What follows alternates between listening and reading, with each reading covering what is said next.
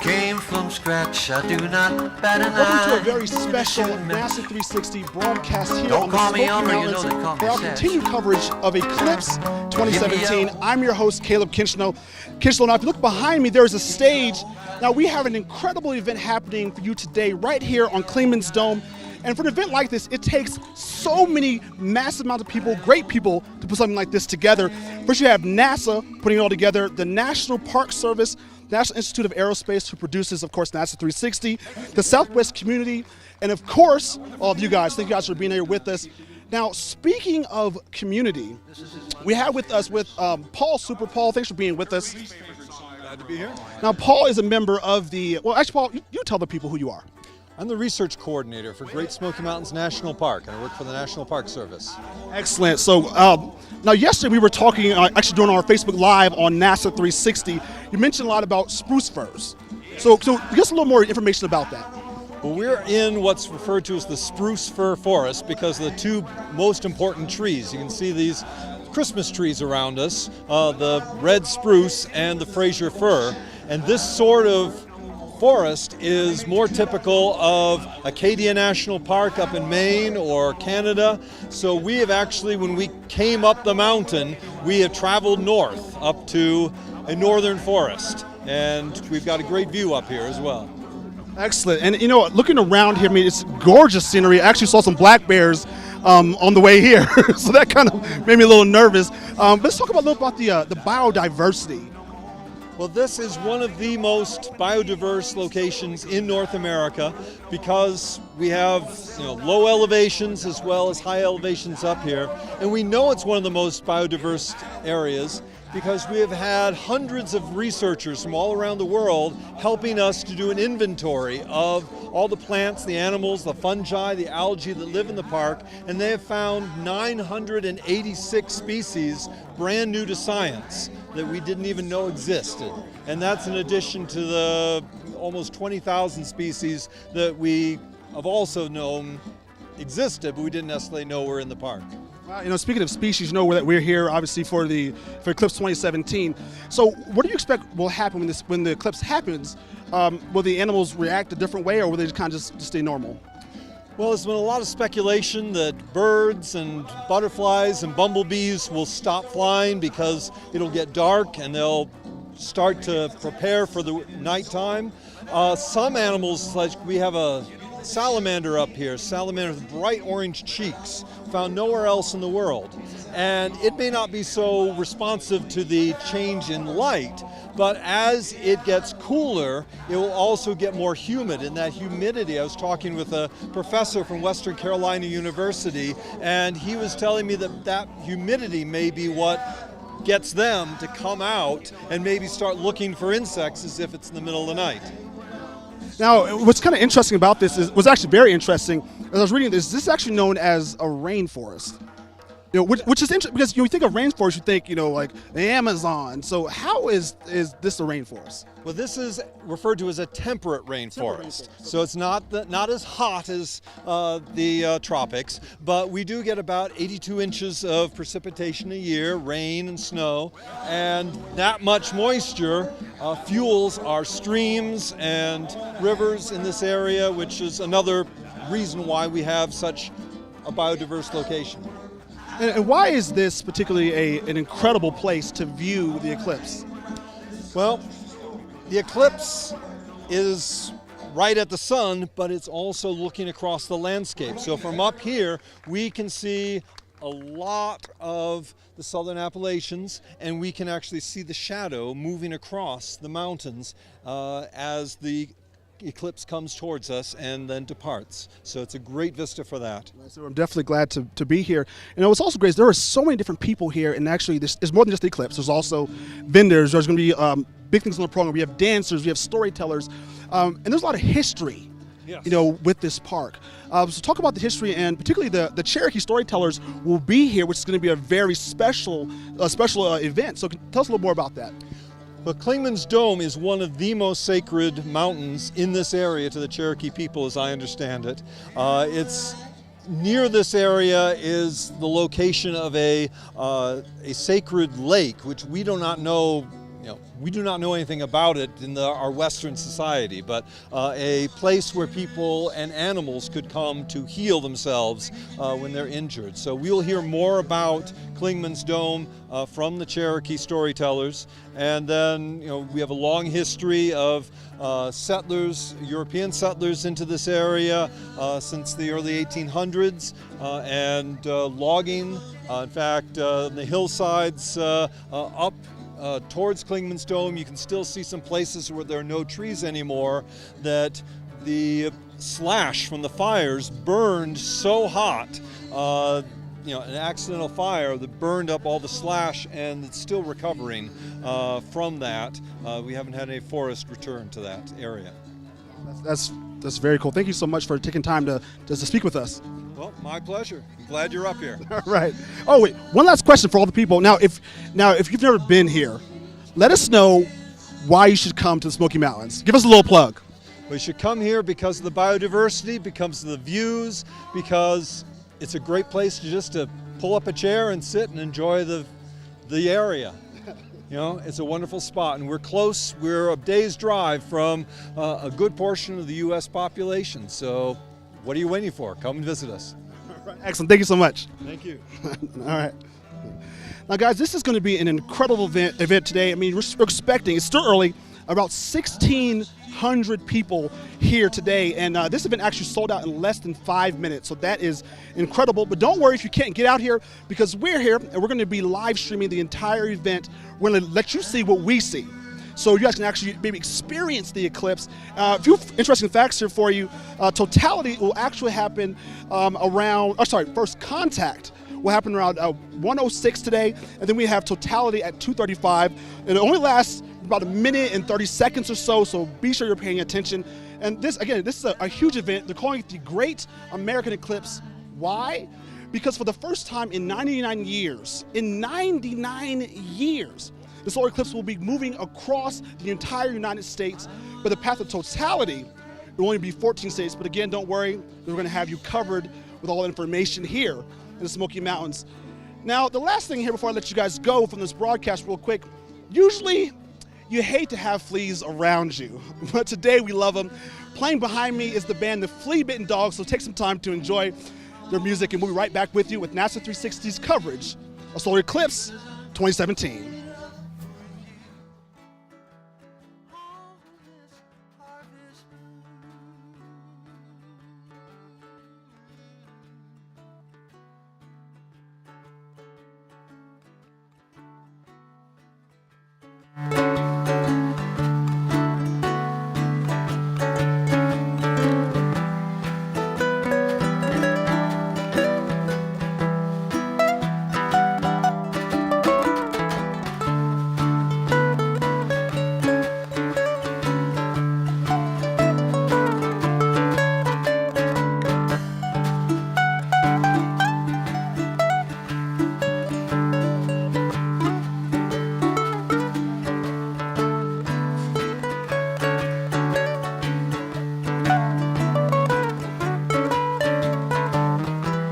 Because I'm still in love with you. I wanna see you dance again. Because I'm still in love with you. On this harvest moon.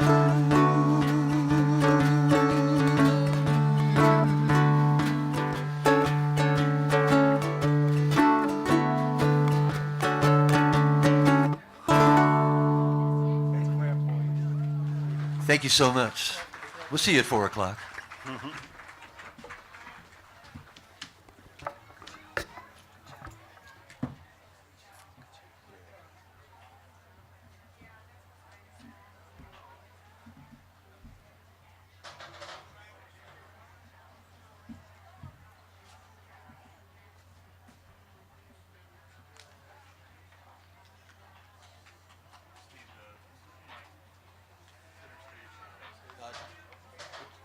For you.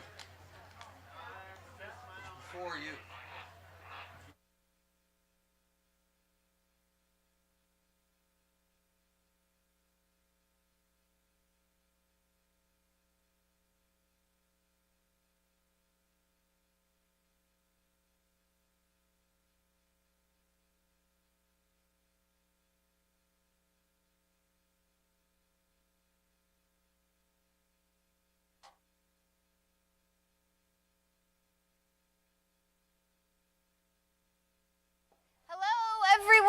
And check. Hi, welcome to the 2017 Total Solar Eclipse.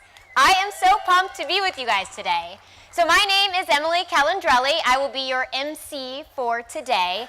I am a science TV show host. So I have a show on Fox called Exploration Outer Space. I have my crew with me here today. So if you guys see some camera guys running around, those are mine. I also work with Bill Nye on his new TV show on Netflix, Bill Nye Saves the World. And you can find me online at The Space Gal. So as you can imagine, The Space Gal is pretty pumped to be here today, as I imagine you guys are as well. And as my job as a science TV show host, my job is to get people excited about science. And most days that's really easy. Clearly it's really easy because there are so many of you here today. As you might also imagine, some days that's a little harder than others. I spend an unfortunate amount of time trying to convince people that the Earth is not flat. So, some days are harder than others. Today is not one of those days. People have been excited about this total solar eclipse for months, and some of you, years. All of the hotels and the camping sites in the general path of the eclipse have been booked for months. You literally cannot get a room anywhere near here. I'm imagining you guys booked your accommodations many, many months ago. Is that right? Yeah, you guys had to plan ahead. I know the Federal Highway Administration is calling this a planned special event for which there has been no recent precedent in the United States. Everybody is very concerned about traffic. If you see any park rangers around here, you might want to give them a hug. They've been very anxious about the traffic all day. Be kind to them. But despite all of these challenges, you are the lucky ones, because you're not just going to witness an eclipse. Hopefully clouds go away. You are hopefully going to witness a total solar eclipse, which means for a brief moment in time, 100% of the sun will be completely covered, transforming your day into night, and probably freaking out a lot of the wildlife around us. That's pretty cool. And from what I hear, a sun that is 100% covered is vastly different than a sun that's only 99% covered. In my research for this event, I saw a quote from a scientist on CNN that was comparing the difference between a 99% covered sun and a 100% covered sun. And he said, it's the difference between being on your first date and being on your wedding night, which is one of the more interesting analogies I've heard about the eclipse. But I think the point is it's going to be very, very cool. Now, today we have all gathered here because science is amazing. You are witnessing an event collectively with millions of people around the country right now. There have been 12 million people that live along the path of totality. So 12 million people just have to walk outside their homes today. They don't have to travel anywhere to witness a total solar eclipse. 200 million people in the country, nearly 2/3 of our entire country, lives within 1 day's drive of the eclipse. So you are witnessing a phenomenon with tens of millions of your countrymen, which I find pretty cool. It's like the nerdiest Super Bowl party, which is my kind of Super Bowl party. And while today is really special, we should note that it's not entirely unique. Eclipses aren't entirely unique. There are a couple solar eclipses every year and a total solar eclipse every 18 months or so. They just don't happen in the same location all the time. In fact, it takes about 375 years for a total solar eclipse to occur in the same location again. And also, this is a unique event because there hasn't been a total solar eclipse coast to coast in the United States for 99 years. So today, right here, right now, you guys are in a really special location in space and time. Now, what I find really cool is that we all knew exactly where to be and when to be today. And we knew this for years. Astronomers are so precise with exactly where we need to be. And think about how incredible that is. The moon is 240,000 miles away from the Earth. The sun is 93 million miles away from the Earth. And collectively, us, the moon, and the sun, we're all hurtling through the Milky Way galaxy at 45,000 1,000 miles per hour. And still, astronomers were able to tell us exactly where and when we needed to be today. And not just that, they were able to be so precise that they could accurately predict the shadow of the eclipse to a precision of 100 meters, which is the length about of a city block, which I find pretty spectacular. So today is going to be a really incredible day. They have designed a wonderful lineup for you guys today. You're going to hear from solar physicists, you're going to hear from professional storytellers, you're going to hear from astronauts. I know I, for one, would love to know what a solar eclipse looks like from space. I think that would be pretty cool. We're also going to see science through performance art and dancing, which I have no idea what that means or what that looks like, but I'm excited to experience it with all of you. Today, we are mixing art with science and science with art to make a day that you guys will never forget. And because today's all about getting nerdy together, I thought it would be good to talk about how scientists are able to predict the eclipse, the shadow of the eclipse, so accurately. Because astronomers have been predicting eclipses for centuries. And I guess that kind of logically makes sense. If we know the orbit of the moon around the Earth, and we know the orbit of the Earth around the sun is bright, the moon sometimes blocks it, we can predict that that's going to cast a shadow on us every once in a while. But astronomers, early astronomers, weren't always as accurate. Sometimes they'd be an hour off, or sometimes the shadow wouldn't be exactly where they expected, especially near the edges. And that's because the moon isn't perfectly spherical, and the Earth isn't either. Think about it. The moon has craters in it. It has peaks and valleys. So the shadow that the moon casts on the Earth isn't going to be perfect. You're going to have to know where those peaks and valleys are.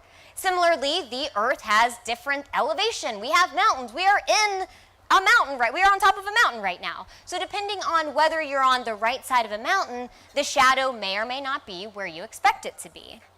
So today, we are able to accurately predict where the eclipse is because we live in the space age.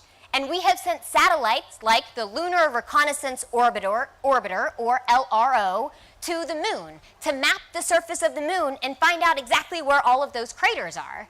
We have also sent satellites into space to look back down at the Earth and find out the elevation all across the globe. So that's exactly how we can figure out where the shadow will be when the time comes.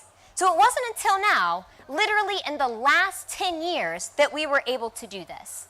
And today, if you think about it, it's not just a special day because this is the first time in 375 years that a total solar eclipse has been here. You are witnessing the first total solar eclipse right here, right now, that's been in the space age, which, as a space gal, I think is pretty cool. I think that's pretty neat. Now, one thing I do have to say, remember when I mentioned the people I have to convince that the Earth is not flat? I have to say, I'm sure that those same people that don't believe that scientists could accurately predict that the Earth is round, those same people will walk out of their homes expecting to see a solar eclipse today, right? And while we're on the topic, I think it's good to denounce some pseudoscience around the total solar eclipse. Let's talk about what the total solar eclipse is and what it is not. The total solar eclipse is some pretty cool geometry between the Earth, the Moon, and the Sun that we don't get to see very often.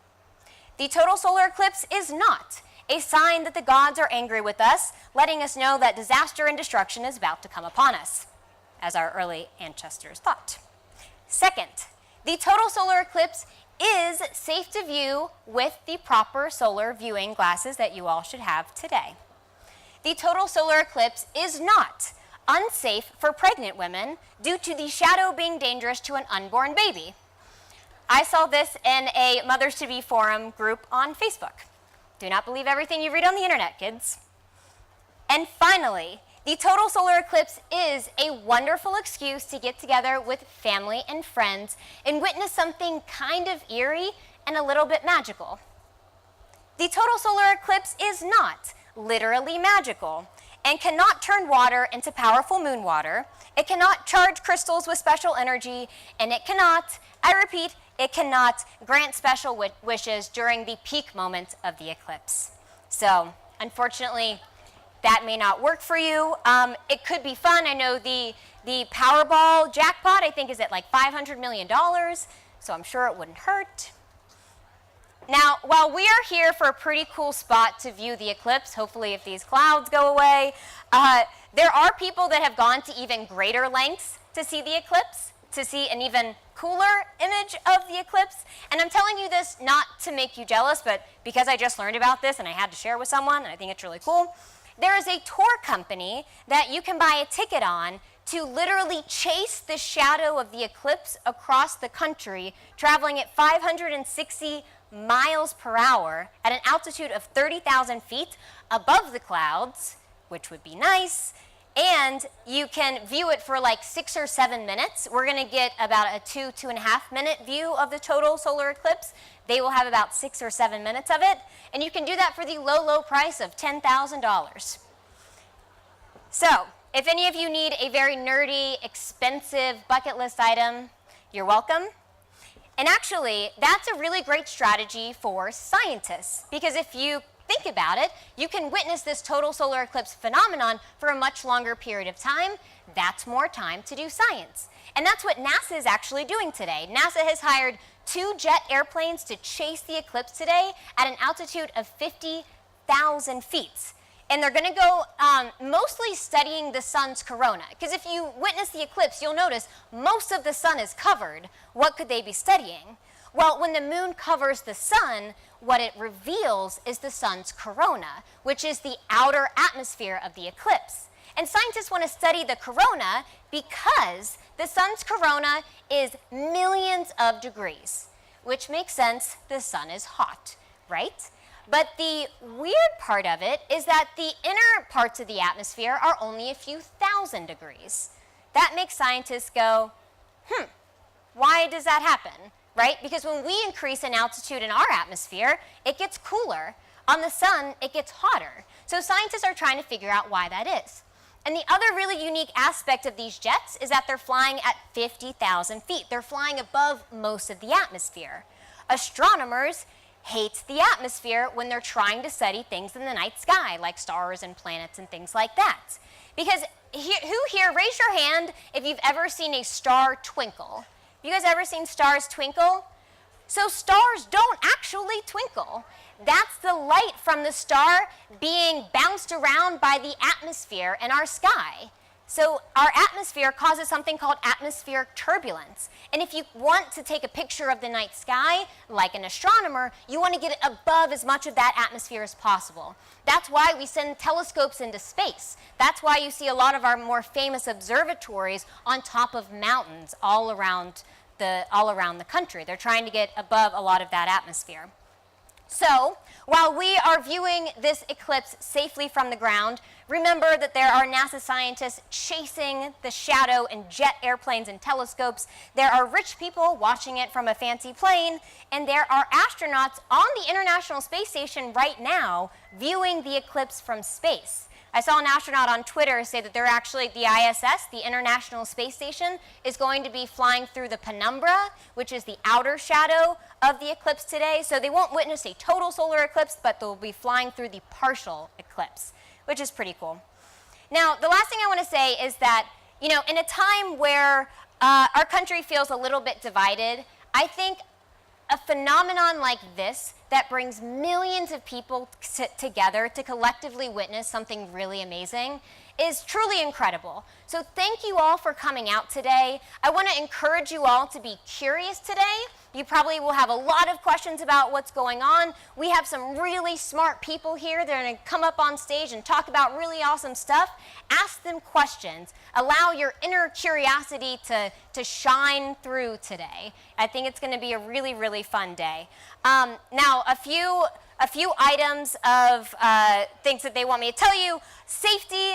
Today is all about safety. Make sure you are always wearing your solar viewing glasses when the sun is out.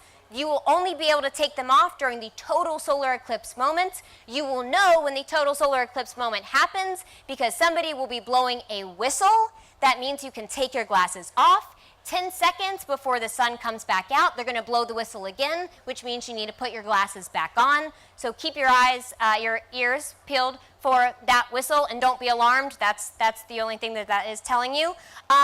Lights, we are going to dim the stage to make it easier to view the eclipse. If anyone has cameras out here, which many of you do, please turn off your flashes. That's not going to help anybody, so please, on your phones, on your professional cameras, make sure that your flashes are off. There are schedules of today's event and all of our speakers right there by the stairs and over there past the garbage cans. We have some nice barbecue from DeLauder's up there, which is great. If you need water, they have water up there. There's going to be an autograph tent. We have an astronaut here today, guys. That's like really crazy. That's awesome. So a lot of our prominent speakers and the astronaut, they are going to be available for autographs in the blue tent right over there. And that's it for me. If you guys have anything else, that's good.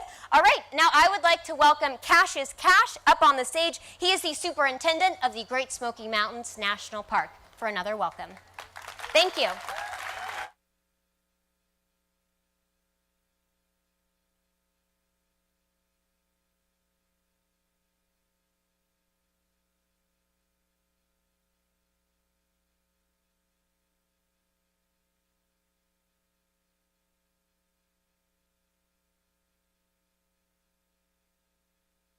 Good afternoon. So as introduced, I am the superintendent for the Great Smoky Mountains National Park, and I've been entrusted with the awesome privilege to take care of this special place. And here we are nestled in the Smoky Mountains. You need to know that you have over 200 million years of history beneath your feet. And so for those that are watching us by television, internet, we're at Clingmans Dome, which is the highest point in the Smokies. It's also the second highest point east of the Mississippi. Now, the Smokies have witnessed many things over the millennia, as you would imagine, but a total eclipse for us is a once-in-a-lifetime event. And today we have a program with guests of scientists, musicians, and artists that's going to help us take advantage of this special place as we process what we're going to be seeing today. I'm honored to have a sovereign border nation, the Eastern Band of Cherokee Indians, Chief Sneed, which will be coming behind me. We also have scientists, artists who will help us experience the full eclipse of today. And finally, we have our partners and volunteers among us that made this happen. Special thanks goes out to NASA, Southwest Community College, the Natural Council for the Traditional Arts, and Great Smoky Mountains Association and Friends of the Smokies for their contributions and invaluable support. But before I say my final words, I just want to have us, I don't know about you, I'm a little biased, but I'm thinking today is going pretty well. What about you? So as we said, if you see a volunteer, you see someone in the flat hat, give them a hug because they have put their heart and soul into making sure that you're experiencing the day that you're experiencing right now. So welcome to the Smokies, your home away from home. Have a memorable eclipse day. Thank you.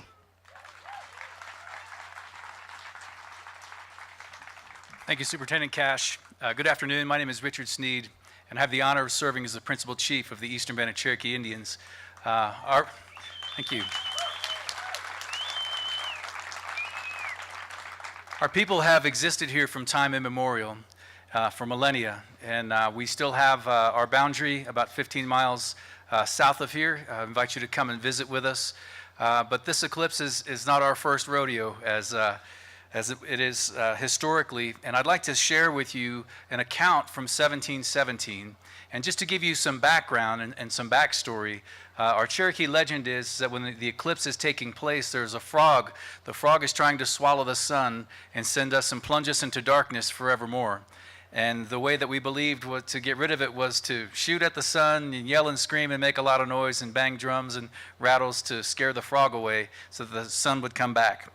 I'd like to share with you very quickly just an account from Alexander Long's journal. There was an eyewitness account of a total eclipse in 1717 that took place in a Cherokee village nearby. This is from his journal. When the sun is in eclipse, these Indians will run up to the tops of the high hills, and some join the priest and climb up to the top of the temple and set out the most hideous cry and shouting as if hell was broke loose, and with their guns keep firing up bullets at the sun, and others that have no guns with their bows and arrows. Some others throwing up their clothes and shoes until the eclipse is quite over.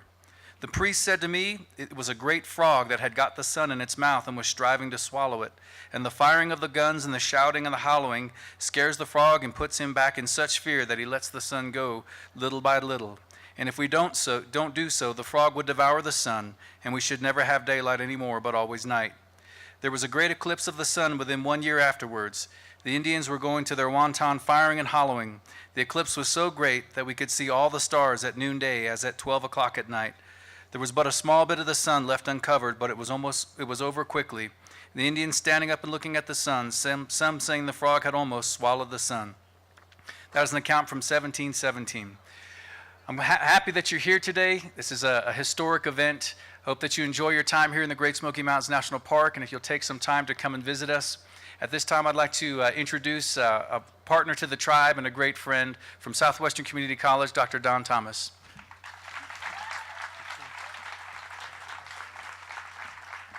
Thank you, Chief Sneed. My name is Don Thomas, and I'm president of Southwestern Community College. And I'm the newbie up here because, as you've heard, the park has been around for a long time, and the tribe has been here for a long time. We've only been in existence for 50 years or 54 years, but this is really exciting for us. And I want to say thank you to Superintendent Cash, because you're throwing one heck of a party. And if you do this every day, I'm here every day, okay? And Chief Sneed, our collaboration and our partnership with the Cherokee Band has just been really tremendous and extremely helpful for all of us in our area. So is everybody having a great time? Come on, it's just about ready to happen. So we, as I told you, are fairly new, and we submitted a grant, an educational grant to NASA in May of 2015.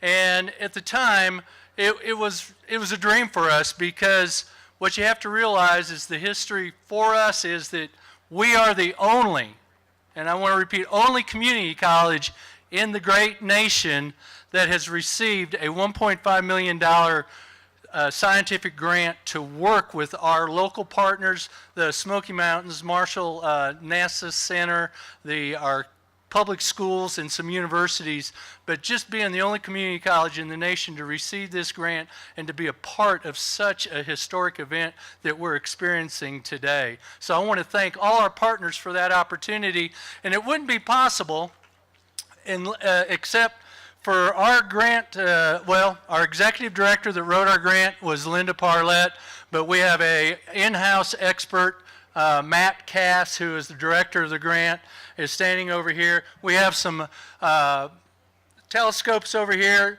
I want to thank our student volunteers that have come out to help us and to be a part of this event also. So we also would like for you not to forget to go down by the whiteboard that's over by the, the toilet area over here, down to my left, to your right.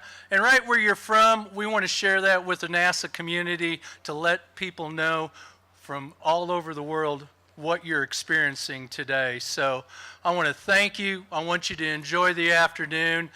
Be safe. And when lights go out, let's all give a big cheer. All right? Thank you.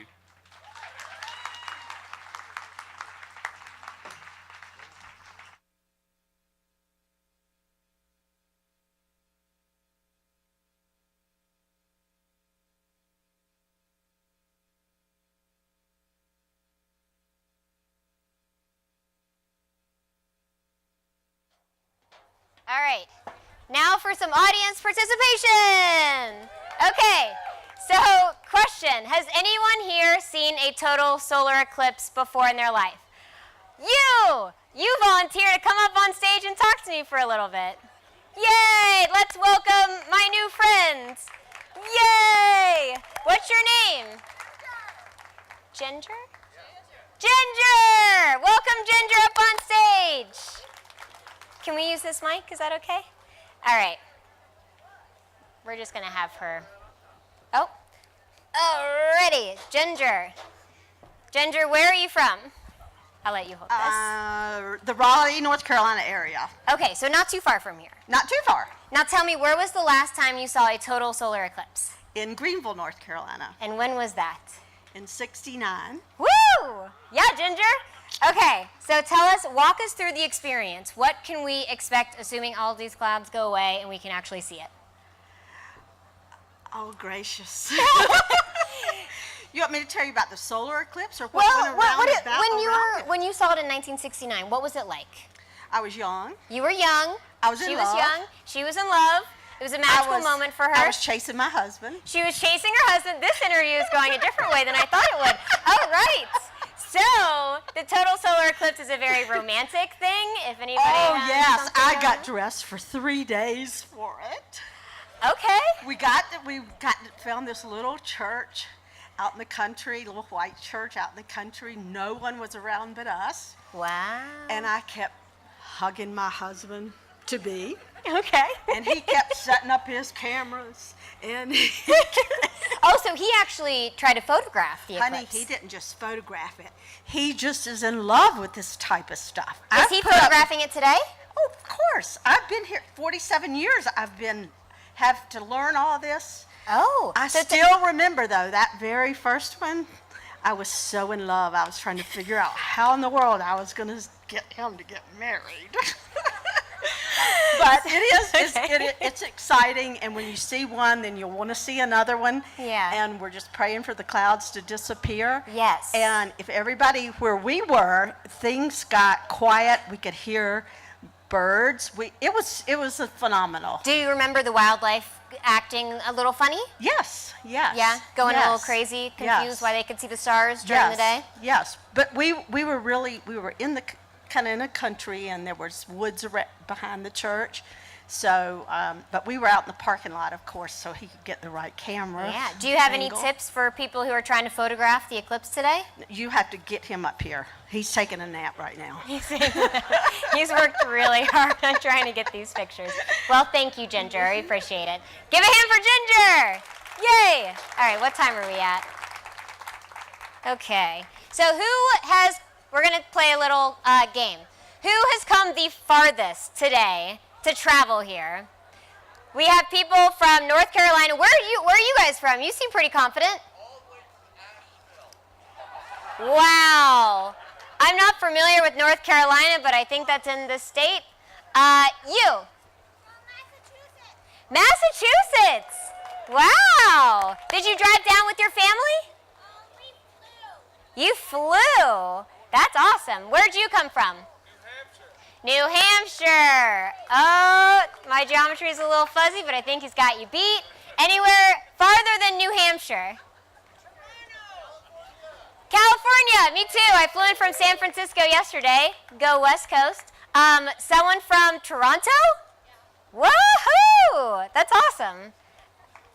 Oh, okay. Well, our next speaker, do you want to come up on stage? I need 1 second. I need to formally introduce you. You have lots of good stuff going on. I need to make sure everybody knows who you are. Okay. Our next speaker is going to be Dr. Helen Mason. She is probably the most relevant person here today. She is a solar physicist. Real-life solar physicist, everybody. Dr. Helen Mason is a professor of solar physics at the University of Cambridge. Over the last couple decades, Dr. Mason has had her hands on a number of very impressive space missions related to the brightest star in our sky, the most important star to those of us here on Earth, our sun. She has been the co-investigator with the European Space Agency on NASA's SOHO mission, the Solar Heliospheric Observatory, which launched in 1995 and has been used to study the solar atmosphere and the solar wind. Recently, she's been studying solar flares and jets using data from NASA's Solar Dynamics Observatory, a satellite that is key in helping us predict big space weather events like solar flares and coronal mass ejections. But best of all, Dr. Mason is dedicated to sharing her knowledge and her passion about the sun with others. She gives talks at schools, she works hard to encourage more girls to pursue science and mathematics, and she's even volunteered her time for a few educational TV programs. For example, I interviewed her this morning for my show, Exploration Outer Space. So she has already been working all day today to educate everybody. Without further ado, please welcome the queen of solar science, Dr. Helen Mason. Thank you, Emily. Wow, what an introduction. I am so happy to be here. Anybody excited? Nobody excited? Come on, anybody excited? Oh, that's better. Come on. There's a little cloudy at the moment, but you know those clouds might clear, and even if they don't, you're in the path of totality. That is unique. Before I get started, I want to thank NASA for all the hard work they've put into this eclipse, all the things they've done, and for getting me here. So thank you, NASA, for all the hard work you do. Okay? So, anybody know what this is? Oh, okay, nobody knows what this is. Total eclipse of the sun, so exciting. This is my third one, and each one gets better, and this is going to be fantastic.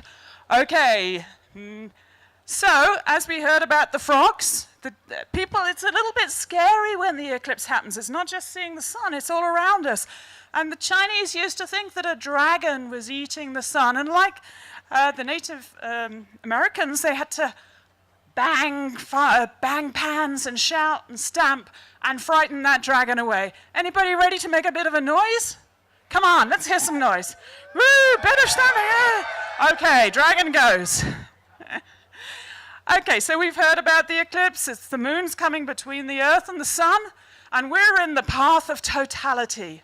That's the place where the moon exactly covers the sun's disk, and we see this crown of light, this corona. It's very exciting. The whole of the USA will be seeing a partial eclipse, but we are the lucky ones. We are in the path of totality.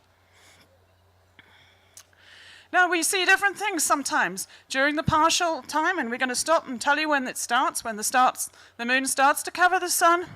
If you look through the trees or the leaves, sometimes you can see on the ground the pattern of the moon eating into the sun. It's quite spectacular, and you know about the safety. You wear those eclipse glasses all the time until totality, and during totality, then you can take them off. If we're really lucky, we may see some even spectacular things. The moon isn't completely smooth, so it doesn't cover the disk entirely as it's moving across. Sometimes we see something called a diamond ring.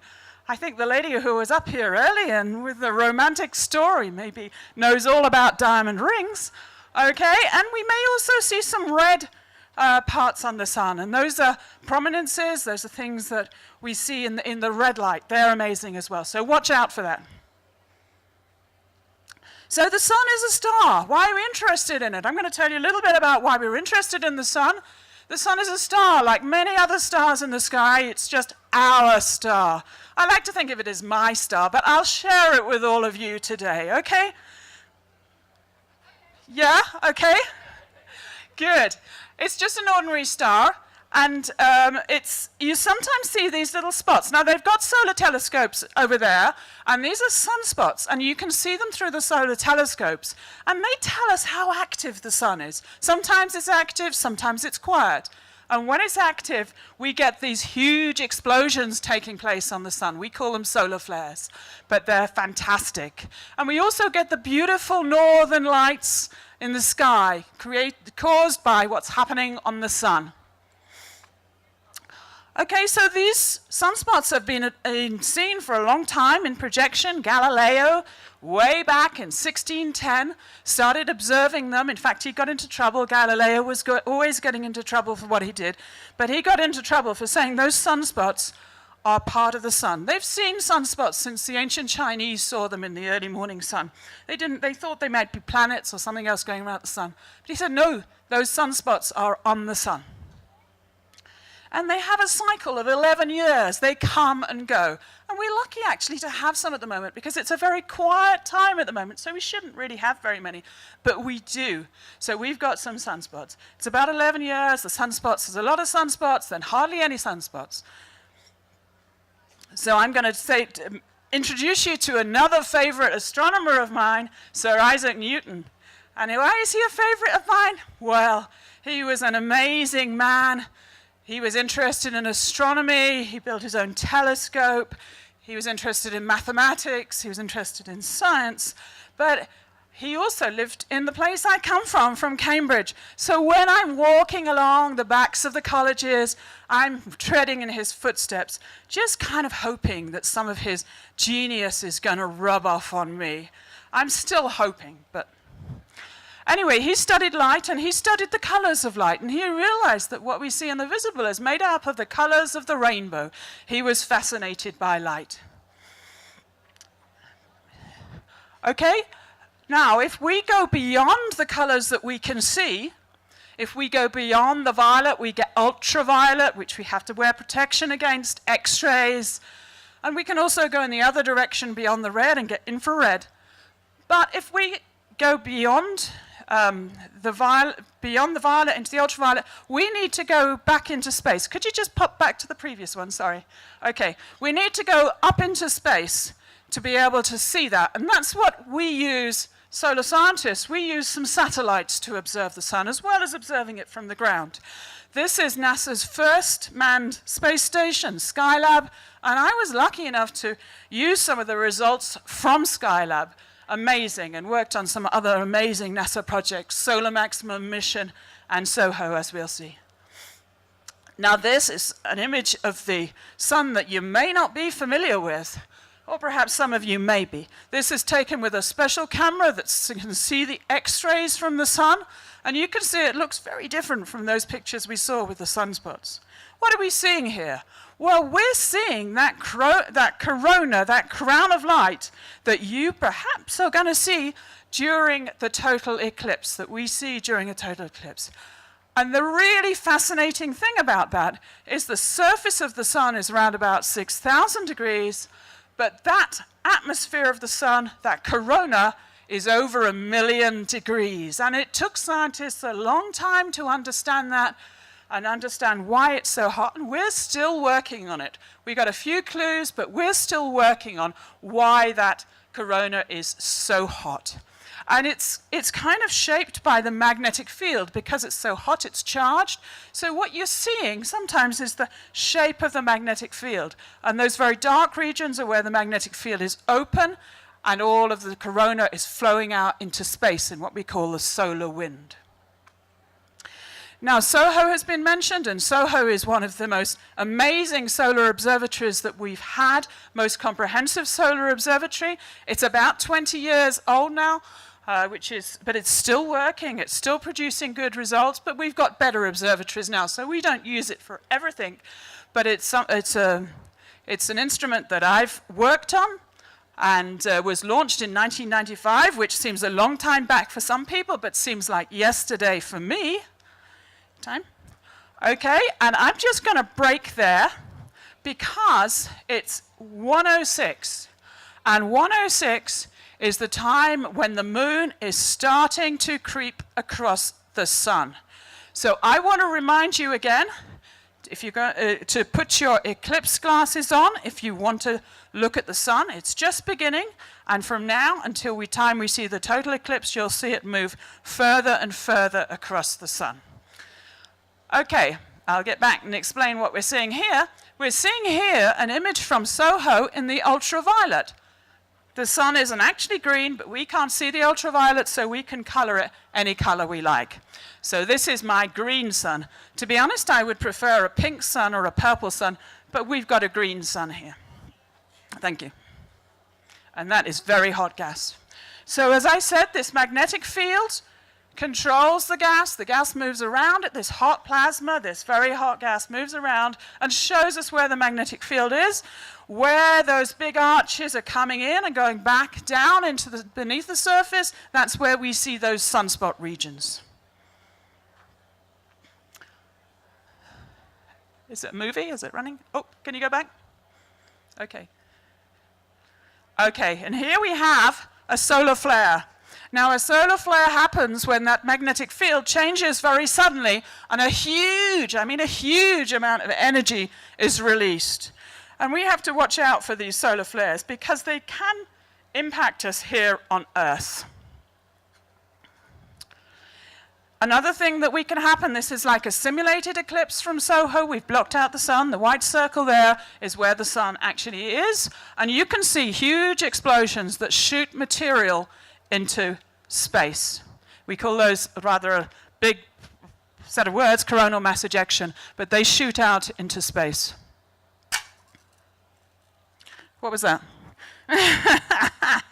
The sun having a go. But those were seen in earlier eclipses. 1860 this was seen in an eclipse, which is quite fantastic, quite amazing. That's a picture there, a drawing of it. They didn't have cameras in those days, so they had to draw it. And here we can see a movie of the coronal mass ejection. If you look carefully, you probably see a couple of comets there, taken from the SOHO spacecraft. Material moving out into space. And here's another one, more recent, with a stereo spacecraft. And you can see the sun's been superimposed there, but you can see that material moving into space. Now, all right, that's very interesting. Why are we interested? Of course we're interested because what's happening on the sun we can study in great detail. But the next one here is coming towards us. You see that fog? Can we just play that one again? Is it possible? You see that fog coming towards us and that snowy effect? It's hit the SOHO satellite. SOHO's between the Earth and the sun, about 1/100th of the way from the Earth towards the sun. It's hit SOHO, it's going to hit us. And then we care. Okay? So I want to introduce you to another very powerful space satellite called the Solar Dynamics Observatory. Now this is collecting images every 12 seconds of the sun. Very high resolution, it looks at the surface, it looks at the atmosphere of the sun. If you Google SDO, the sun today, you'll see what the sun looks like today from space. So a very powerful instrument that we use to study the sun from space. And here you can see these all images are all taken simultaneously, and they're using special filters so we can filter out different temperatures of the sun. Now I'm going to give you a minute because get your eclipse glasses on, okay? Make sure everybody has their eclipse glasses on, and you should be able to see.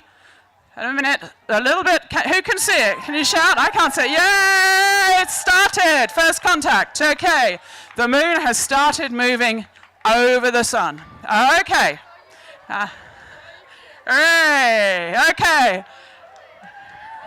Woohoo! Isn't it amazing? It is amazing. Okay, but I'm going to carry on nonetheless.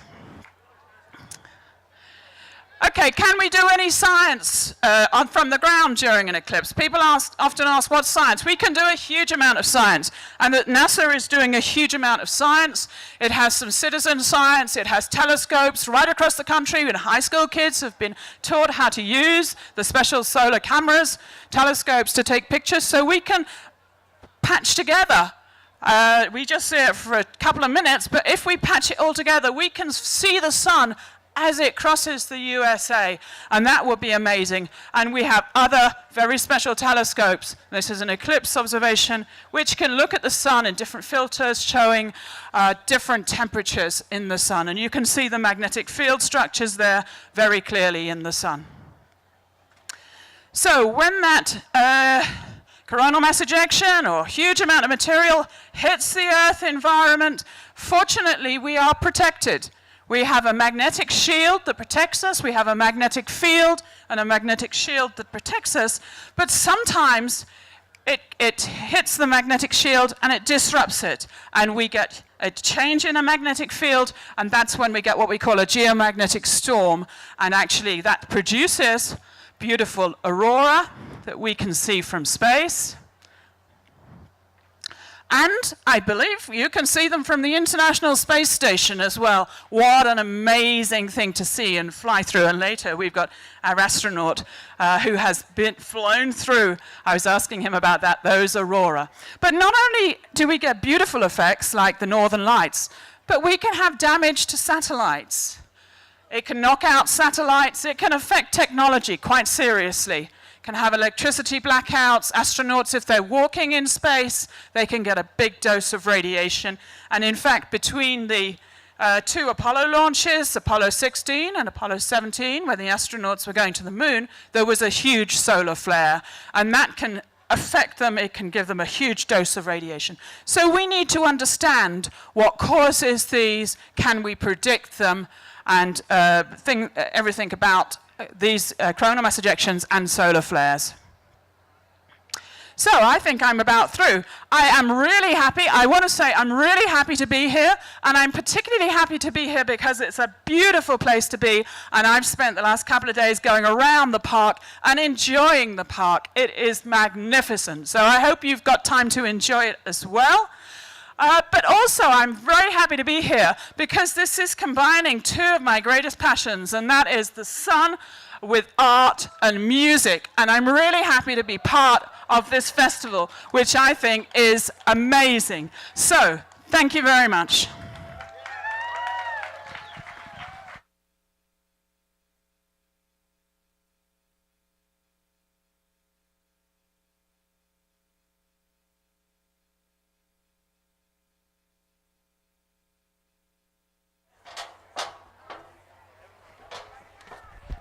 Could you guys see the eclipse for a little bit? It's like popping in and out, right?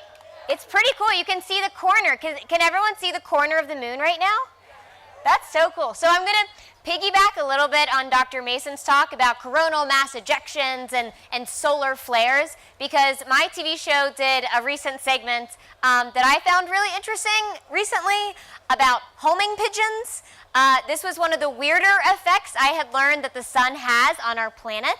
So solar pigeons, or homing pigeons, are really incredible animals. You can take them up to 1,000 miles away from their home base and keep them in a truck or something where they can't see where they're going, to a place they've never been before in their entire lives, and they will find their way back home. Now, scientists are still trying to figure out exactly how they can do this, exactly how they have the ability to do this, but they believe it's a combination of the position of the sun and the moon and also Earth's magnetic field. Because one thing they found that was really weird was when they checked the solar weather and the sun had a coronal mass ejection, it distorted Earth's magnetic field just a bit. And they noticed that homing pigeons had a little trouble finding their way back home during one of these great solar events. It kind of messed up their internal GPS, their internal compass. And so scientists now believe that homing pigeons use Earth's magnetic field, and when people are racing homing pigeons, there are international races of homing pigeons all around the world today. I thought that was really interesting that is a thing. I think that's really cool. But these people that race homing pigeons have to check the solar weather before they race to see whether or not it's a good racing day. So another fun solar fact. Next up, we are going to have Tom Lee, but before I introduce him, I want to let you know later on in the day we are going to hear from an astronaut from the Japanese Space Agency, JAXA, Souichi Noguchi, who has spent more than 177 days in space. He is already preparing for his next mission. He is trained at both the NASA Johnson Space Center in Houston and the Gagarin Cosmonaut Training Center in Russia. We'll get to hear all about his life in space later this afternoon, so stay tuned. Now we are going to bring up Tom Lee. So Tom Lee has told stories professionally for 30 years. His interest in traditional stories began while he was working as a cook in a tiny fishing village in Scotland. Tom's first storytelling performances were tales from Grimm, told in a London pub theater called, appropriately, The Man in the Moon. In the United States, Tom has worked in classrooms with children of all ages. When it comes to stories, he says, children have taught me everything I know. Tom is a roster artist with Arts of Learning in Connecticut and a frequent guest artist at the Metropolitan Opera Educational Conference, the Metropolitan Museum of Art, and the Yale Center for British Art. Very impressive. Tom was a featured storyteller at the 2014 National Storytelling Festival in Jonesboro, Tennessee, and returned in 2015 as a teller in residence. Today, Tom is joining us from Chester, Connecticut, so please give Tom a warm welcome. Best shoes in the game, best shoes in the game. Good afternoon. If the sun comes out, I will stop talking. You can whoop and holler. I am not going to compete with the universe, I assure you. Wonderful to be here. I was doing some math the other day, and I'm going to give us all 90 years to live, and I was calculating the minutes. It works out to about 47,334 minutes, give or take. 47 million, sorry, I just shortened our lifespan significantly. 47 million minutes, but only 2 of them, for me anyway, will be spent in a total eclipse. So it's kind of a wonderful thing to think about. Those 2 minutes of your life will change it forever. And there's a lot of young folks here today, and I'm so glad, because I hope you'll be telling your children and maybe your children's children about this day. But as a storyteller, I like to look back and think about my grandmother and my grandmother's grandmother, and even my grandmother's grandmother's grandmother's grandmother, to go back thousands of years and find out about the stories. And it turns out that many of the stories that they were telling thousands of years ago had to do with the sun and the moon. But I'm just going to start by going back to 1605, when Mr. William Shakespeare had a hit play called King Lear. But there had been an eclipse around the time that King Lear started. And the characters on stage in the play, the Duke of Gloucester, he turns to the audience at one point and he says, "What do you think of these eclipses we've been having? They don't bode well. These late eclipses in the sun and moon portend no good for us. Though the wisdom of science," Dr. Mason, "though the wisdom of science may reason thus and thus, yet nature itself is scourged in the sequent effects. Love cools, friendship falls off, brothers divide, in cities mutiny, in countries discord, in palaces treason, and the bond cracked twixt son and father. 'Tis strange." In short, they were not selling T-shirts for the 1605 eclipse. Thank you, Mr. William Shakespeare. Yeah. It's never good when all the planets stop doing their job, go out of alignment. And I'll tell you a little bit about the Babylonians, some of my favorite period of history and stories. Now, one astrological event we might all think about is, in the Bible, we think about the Star of Bethlehem. And we're used to these Christmas card images of this great big star that King Herod was told about. For me, the kind of buried headline in that story is Herod had astronomers on his payroll. What's up with that? It turns out that job, royal astronomer, went back almost 1,000 years BC. There's a document out of the Middle East that's called the Astronomical Diaries. This is a continuous 700-year record kept by royal astronomers who also functioned as priests who watched the sky day and night. That's a 700-year data set, right? I think that the Soho exploration would do amazing with 700 years of data to glean from. I'd also like to see the grant proposal that wants to get money for 700 years of study. But these diaries grew increasingly accurate as their scientific method increased, but it was part and parcel of their religion. The god of the sun and the god of the moon, Sin and Shamat, when they came together, it was bad news. Okay, let's go. Let's hear it for Sin and Shamat.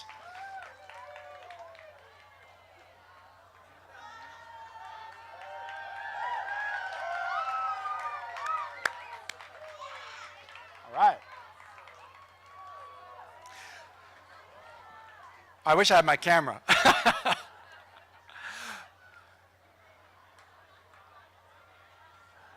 But for the Babylonians, what you're seeing right now would have been very, very bad news, and for one Babylonian in particular. The astronomers predicted that when Sin and Shamat came together, when the moon and sun met, it absolutely certainly meant the death of the king. They went out so far on the limb as to say, when the sun is eclipsed, when the eye of the sky is eclipsed by the moon, the king will die. That's a good way to lose your job, to make a prediction like that and then have it not come true. So the astronomers worked out an interesting system to always be correct.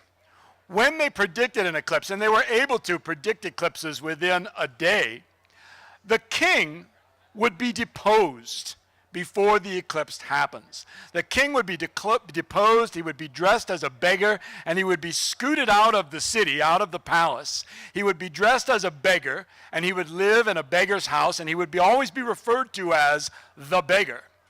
Meanwhile, a prisoner was taken from prison, and he was coronated king. He was put on the throne of the palace, he was feasted, he was given a royal consort, a queen, and he lived a wonderful life for 1 month. And then sadly, the astronomers, their prediction always came true because the prisoner was executed at the end of that month. And lo and behold, they got it right. The eclipse had happened and the king had died.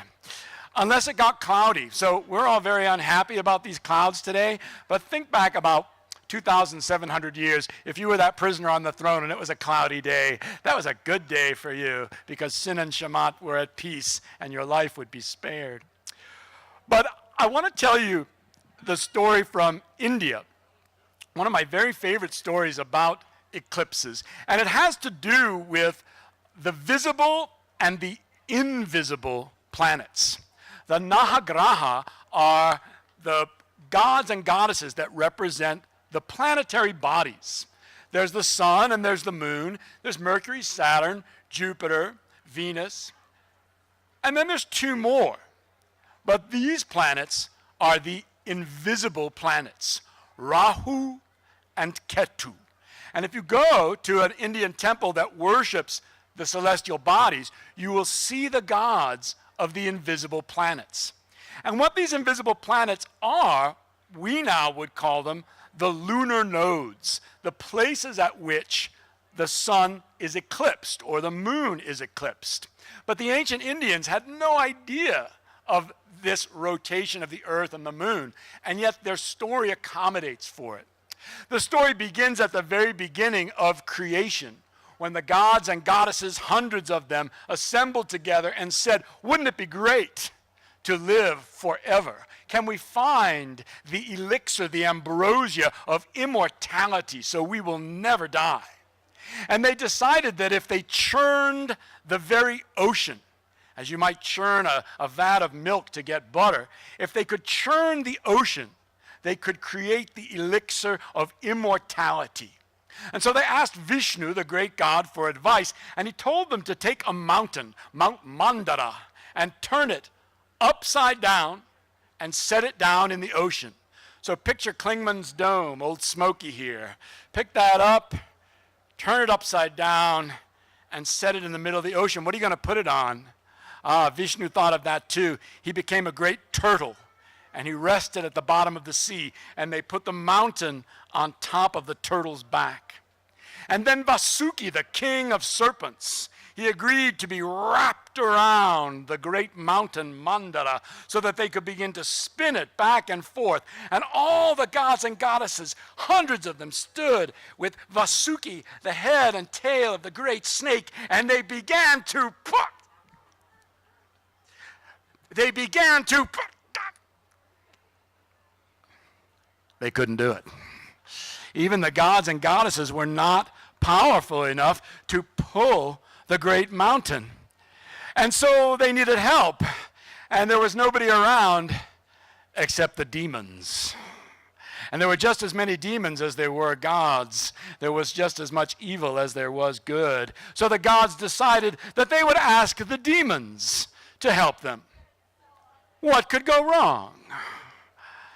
And the demons said, why should we? And the God said, well, we're going to get the elixir of immortality. We'll live forever. And the demons said, yes, give it up. The demons said, us too, will we live forever? And the gods and goddesses said, sure, we'll see about it. And so the demons took the tail of the great serpent, and the gods took the head of the serpent, and they began to pull. And slowly, slowly, the mountain began to spin back and forth and forth and back, faster and faster. They pulled, and the mountain began to whir and whirl back and forth, and the trees gave off their sap, and it fell into the ocean, and the flowers gave off their pollen, and it fell into the ocean, and the earth itself gave off gold, which dropped into the sea and whirled faster and faster, and the head of Vasuki the snake began to breathe smoke and fire, and rain fell down, and suddenly as they pulled and they whirled, out came the sun. It rose up out of the ocean. And then out came the moon, the magnificent moon, and the gods and goddesses welcomed them into the pantheon, the sun and the moon. And finally, when they whirled and pulled out, came the goddess of immortality, the beautiful goddess, and she held a little bowl, and she said, "Line up, anyone who wishes to drink the elixir of immortality." And all the gods lined up, and all the demons lined up too. "Our turn next," they said. And one by one, the gods began to drink the elixir, but it was not the plan to share immortality with demons. But one demon snuck to the back of the line of the gods and goddesses and disguised himself as a god. And he reached out for the bowl, for the elixir, and he put some of the elixir in his mouth. But the sun and the moon, they saw him and they said, "Not him. That is no god. That is a demon. Stop him, Vishnu, before he swallows the elixir and lives forever." And Vishnu took the disk of the sun and hurled it at the demon. And off came the demon's head. And the demon's body crashed to the ground, and so he became two demons. The demon's head became Rahu. But because the demon had begun to swallow that elixir, the head was immortal and rose up into the sky. And Ketu began at the neck, and only a drop of that elixir had got to the neck. So he was mostly dead, but he never died completely. But Rahu rose up into the sky, and there he stays. And every time the sun in its rotation comes round again, and Rahu the Caesar sees the sun, he says, "It was you that gave away my secret." Gah! And he devours the sun, which would be terrifying. But luckily he has no body. He only has a mouth and a neck. And in exactly 1 minute and 57 seconds, the sun passes through the head of Rahu and comes out the other side. And if you don't believe me, keep your eye on the sky. That will prove that my story is true. And that's the story of Rahu and Ketu. Thank you. And lastly, I'll share with you the simple story, but a beautiful story from the Bantu people in Africa. They have a proverb that says, if one does not look at the sky, what does one see? I told that to a very dear friend of mine who's an eye doctor in Washington, D.C., and he said, "That's beautiful, but if you say that on stage, tell people don't actually look at the sky, okay? Please tell them that from me." So I'm passing on that public service announcement.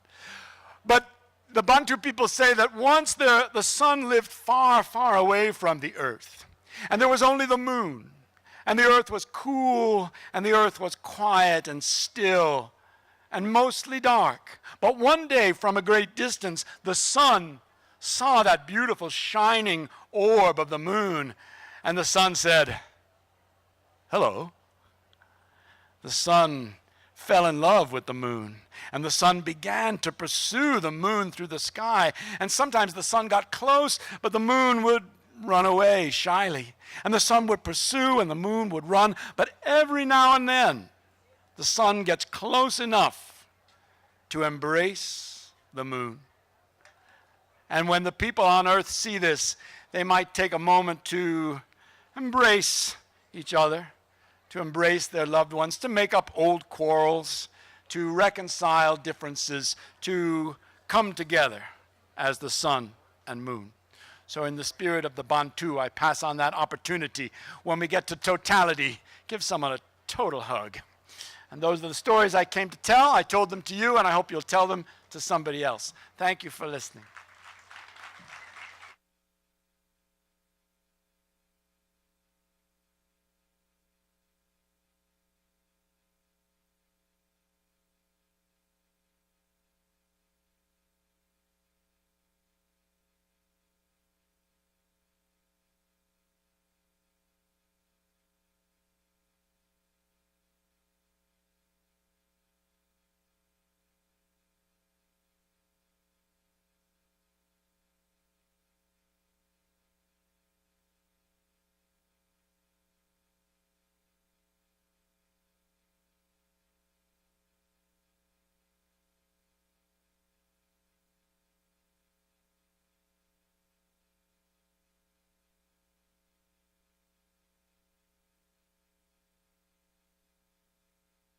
So I'm sure John. Okay.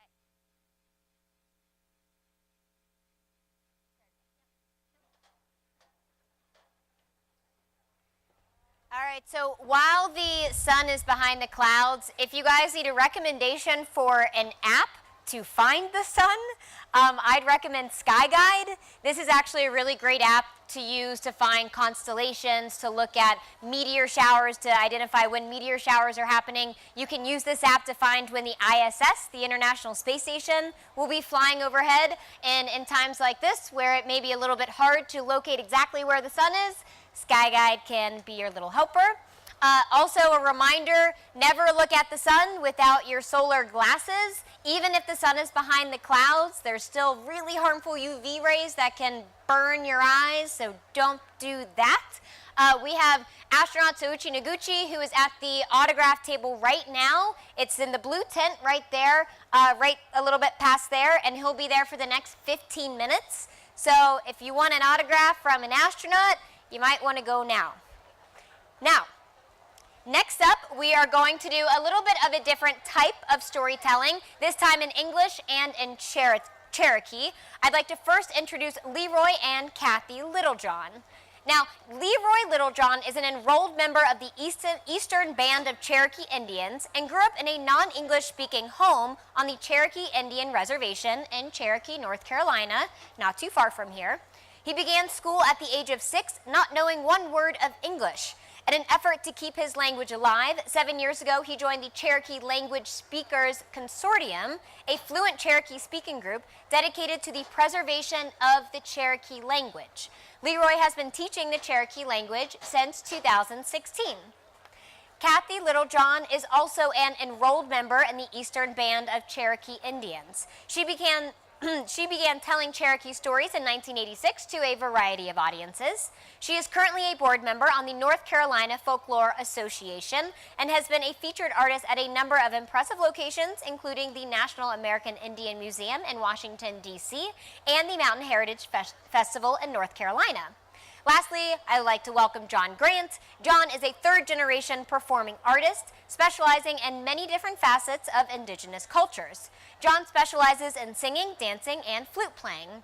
He has performed at the North Carolina Symphony and has recorded for the soundtrack And So We Walked, a documentary about the Trail of Tears. He has performed at the Native American Festival at Russell Cave at the National Park Service, as well as the Cherokee Voices Festival at the Museum of the Cherokee Indian in Cherokee, North Carolina, where he is from, which is just about 25 miles away from here. So thank you very much. Please welcome John Grant Jr., Kathy, and Leroy Littlejohn. Go ahead and talk about the news clothing, and I'll do Leroy's turban and women. Shio. Shio. Remember, we got to get loud, chase that frog away. Shio. Oh, it's time. Aya, Zane, Grant Jr., Dagwadoa. Jishkohi, Gei, Anigi, Duogi. Ostakante, Naga, Dani, Huya, Go, Higa. And for those of you guys that do not speak the original language of this land, I will translate to this foreign language so you understand me. I said, hello, how are you? My name is John Grant Jr., and I come to you from the Birdtown section of the Mother Town.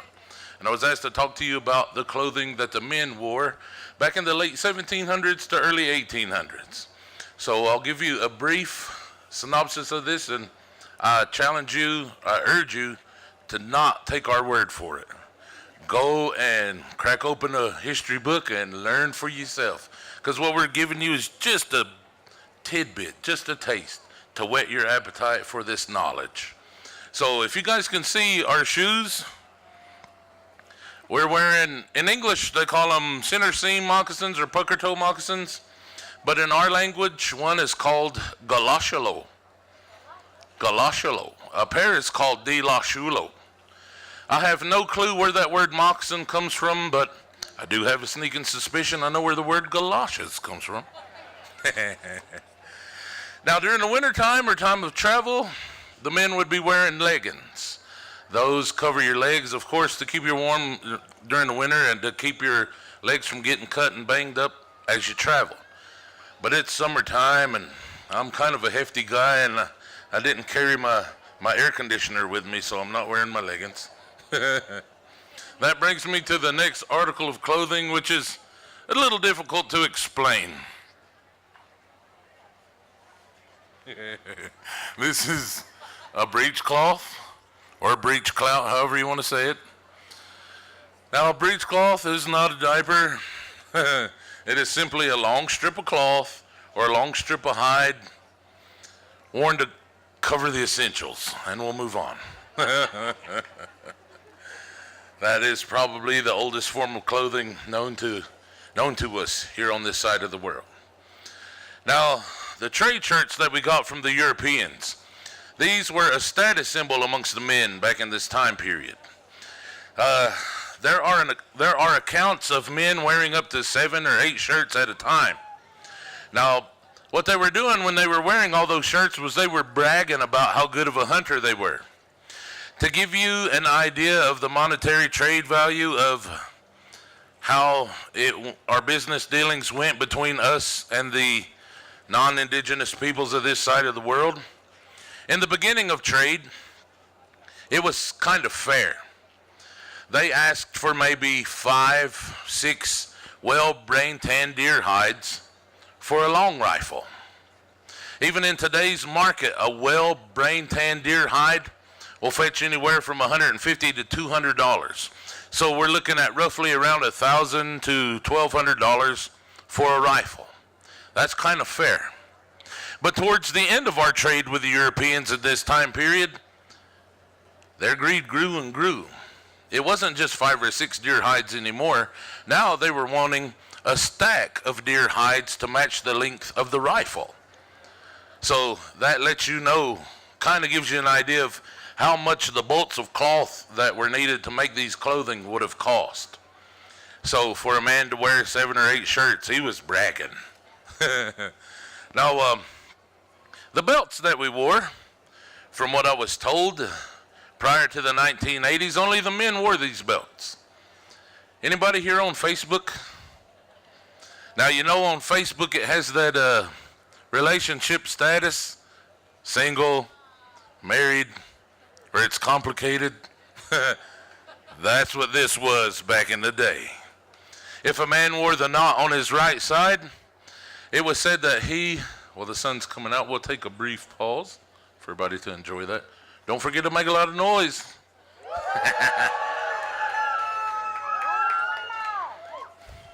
And the chief said that they used to throw clothing at the sun as well, but we'll skip that part, unless you just really want to.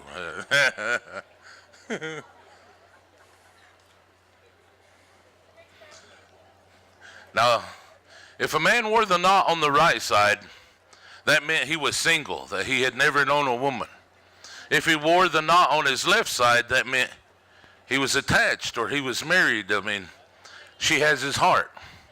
Now, if he wore the knot in the back, that meant he was a bachelor or a widower.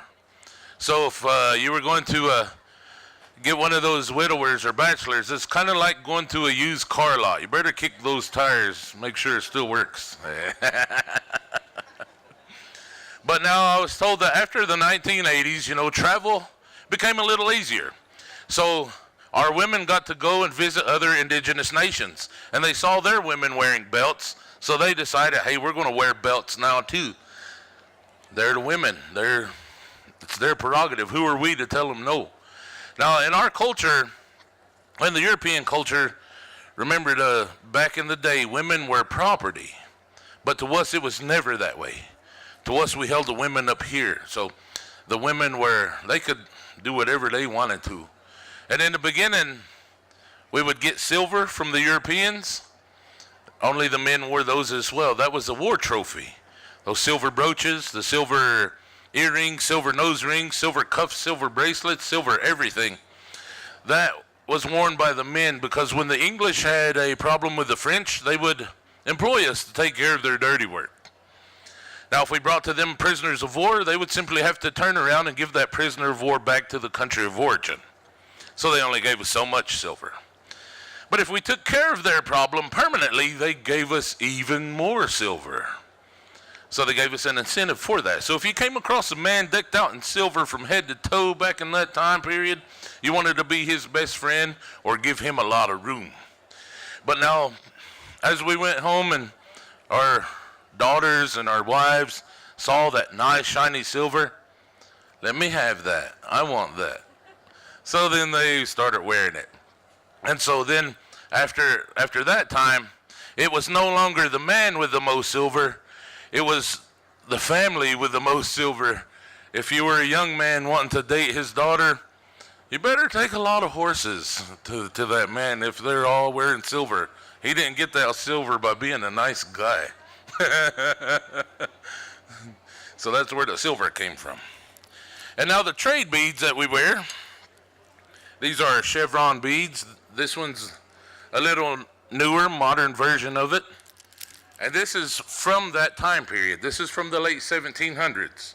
As you can tell, the similarities, but this is rather old and rather worn. So we really prized the bead. The bead helped us keep our history, keep our record of who we were from the beginning of time up into current days. So when the Europeans brought their beads, we thought, wow, they're of like mind. Boy, was we wrong. But we liked their beads anyway, so we took them and we incorporated them into our fashions. And now the side pouches that we're wearing, we wore these because we didn't have pockets. These are not these are not man purses. They're side pouches. As a matter of fact, if you have a good side pouch and it's well equipped, I could go up into these woods and not have to come back till about wintertime. In our side pouches, we would carry our fire making equipment, our fishing implements, the stuff that we would need to live successfully in the wilds. This one would be considered a warrior's pouch. This one would be considered an everyday pouch, but this would be much older. This right here is made of the natural materials that we have around in this area. Well, before the invasion, the Cherokee people occupied over 1 million square miles of territory. So we would have different fibrous materials, and our textiles, our clothing, would have been made from this fibrous material. Now, as you can see, this looks a little uncomfortable, and if you wore stuff like this, probably would be uncomfortable to wear it all day, every day. So when the Europeans brought over the wool and the linen and the silk, we really enjoyed that. So that jump from our traditional clothing to this modern stuff was a jump of modern convenience. And that's a little bit about the men's clothing. I'm going to turn the microphone over to Miss Kathy Littlejohn and let her explain some of the women's clothing. Ski John. What I am wearing is typical of a woman's cape that would have been worn around the 1700s and before. Cherokee women wore capes either made of hide. This one happens to be made of elk, not from around here, or feathers. And the feathers would have been woven onto a net, a very, very long process, but very beautiful. As John was saying, the more silver that you had or the more cloth that you had, it was a symbol that your family had a great provider, so I'd like to thank my husband because, as you can see on the back of the cape, I have a lot of silver. Prints like this that had a floral print rather than a plain one, because they used to make clothing out of leftover anything, including sails. So you know that canvas was very thick and very heavy. This would have been the top of the line and highly sought after. My skirt is a wrap skirt that is at the bottom. You can see silk ribbons. The silk would have been trade items that came from China, also highly sought after. We have a historical document that said that in order for some of our men that agreed to fight with the British against the French, their pay were to be so many yards of yellow, blue, and red silk ribbons. The beads along the sides and along the bottom of my leggings are seed beads, and they're also made out of glass, and they would have been trade items as well from mainly Czechoslovakia and other European nations. The wrap skirt is very, very long. I don't know if there's a record of this, but I personally think they made them that way to also be used as maternity clothing. I'd like to talk a little bit about my earrings. They're also silver. It's hard for you to see, but these are called ball and cone because there's a little ball at the end of the cone. Now I'd like to explain what my husband is wearing. Leroy is also wearing leggings such as I am because men and women wore them to protect our legs going through the woods. The trade shirt as well, but the difference that Leroy has today is that he is wearing a Cherokee turban. The story is that there was a group of Cherokee men that went to England to meet the king. While they were there, they probably saw a delegation from India. And when they saw their turbans, they were very impressed with them, and they came home and began to wear them. Men of great distinction wear a turban such as this. So, he's also wearing a brass gorget, and that would have been given at the time of treaties, and it's also a sign that, or given for valor and honor. So that's a little bit about our clothing, and now Leroy is going to tell you a story. Shio, nigga. Shio. I'm going to tell you a legend about the moon. I'm going to tell it in English first and translate it from my language to your language, English. A long time ago, it is told, the big round thing up in the sky we call the moon. A long time ago, these two villages, the two nations or two villages, challenged each other to a stickball game. We call Arnedzon, a stickball game, we call it. They challenged each other to a game. In these two villages, there were great warriors, great players. They were strong in size, fast in speed. They'd run like the deer, strong as a bear, you know. And they were about equal in size, in strength, in speed. And they were good players. Most of the time when they played stickball, one of the teams, you know, would win when they played different teams, different villages. Anyway, these two teams challenged each other since they were so good. They wanted to find out which was the best players. And they started playing. The game is, if you get 12 points, we just go to 12 points and the game's over. The reason they went to 12, it might take an hour to get 12 points. It might take half a day or all day to play the game. I've heard sometimes that they played the game for 2 days. When it got dark, they quit, and they continued the next morning until one side of the team got 12 points. Okay, the two teams, when they start playing, one would make a one run, we have a goalpost, bushes, what you had to carry the ball through. And one team would make a score, then maybe a few minutes later, this opposite team make a score. It went on and so forth and so forth. One make a score, then another one. Then after a while, the score was 10-8. 10-8. And the ones that had 10 had 2 more to go to win the game. The ones with 10 had 4 more. So they played, and as the number gets higher, as you got 11 runs or 10 runs, or the game gets rougher because you don't want the opposite team to win. That's when it got rougher. And we don't wear no pads or armor, whatever it's called. The only thing we have is the stick. That's your defense.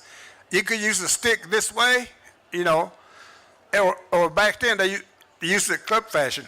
I forgot my stick. I was going to band it, show you all. And anyway, this one team had 11 points, and this other team had 10. And they were, like I said, they were both good ball players. And one of the men, he wanted to win so bad.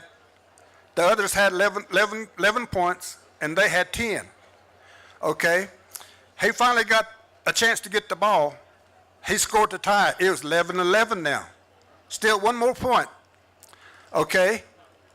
This one that made the last point, he got a chance to get the ball again this time. But this time, you have to use a stick, the cup of the stick, to pick up the ball. If you pick the ball up with your hand, it's a foul. They call it warrior. Okay? When he got the ball, he thought he'd cheat. And he got the stick like he was going to pick up the ball. He brought the stick down, but he picked the ball up with his hand to make sure he had the ball. And he was pretty close to the goalpost, about from here to where y'all sitting. And he throws the ball. When he threw the ball like that, that ball went towards the goalpost and it went straight up into the sky vault up here. If you notice, is that big old round thing up here, you see, it's the ball the Indians used a long time ago to play stickball. We call it nada. We call it the moon.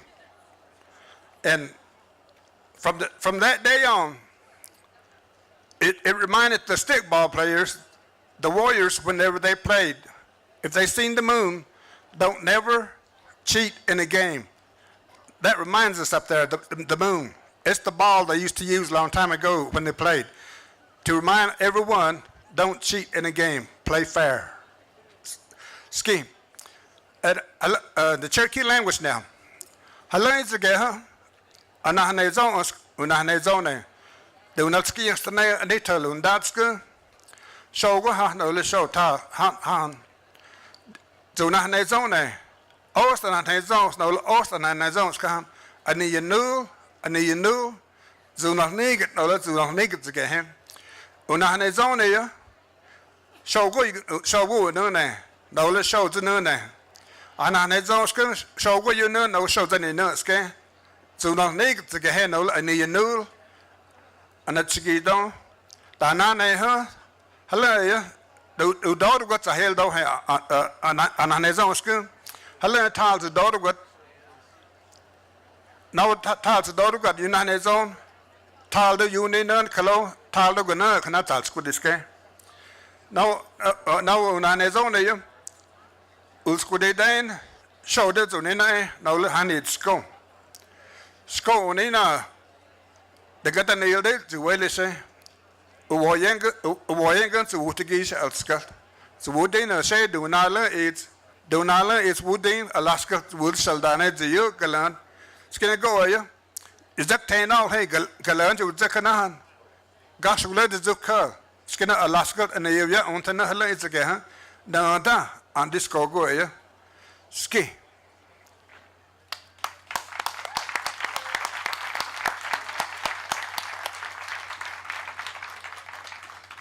And I was asked to share the story of the eclipse, but several people have already told you about the frog going up there and swallowing the moon and how everybody would make noise to scare that frog away. So since we already know that, I'm going to ask you guys a question. How many guys can count to 10 in English? How many of you guys can count to 10 in Spanish? Now, how many of you guys can count to 10 in any of the indigenous languages of this side of the world? Wow. How long have you lived here? Well, would you guys like to learn how to count to 10 in Cherokee? All right, I'll say it first, and then you guys say it back to me, okay? Shogwo. Tali. Zoe. Nunki. Hishki. Shudale. Galkwogi. Close enough. Chanela. Shonela. Shkoi. Now you can sing 10 little endings the right way. Just kidding. But don't forget, ladies and gentlemen, once that frog gets up there and almost swallows that moon, we're all going to yell as loud as we can, all right? Thank you very much. Ski.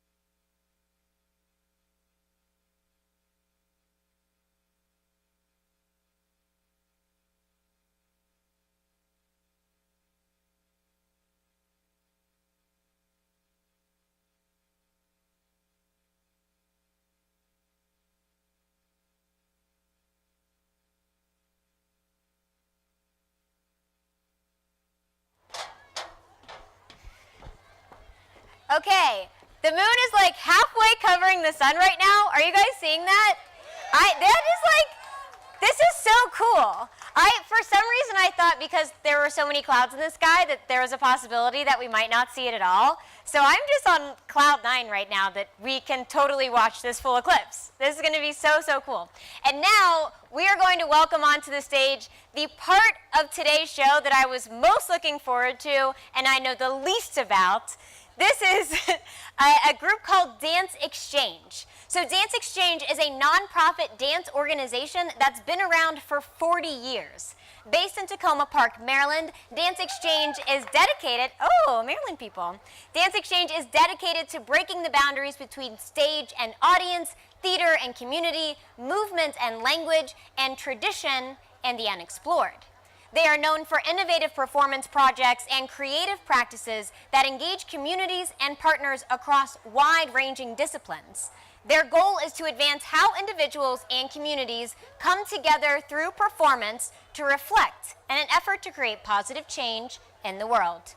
Please welcome Dance Exchange.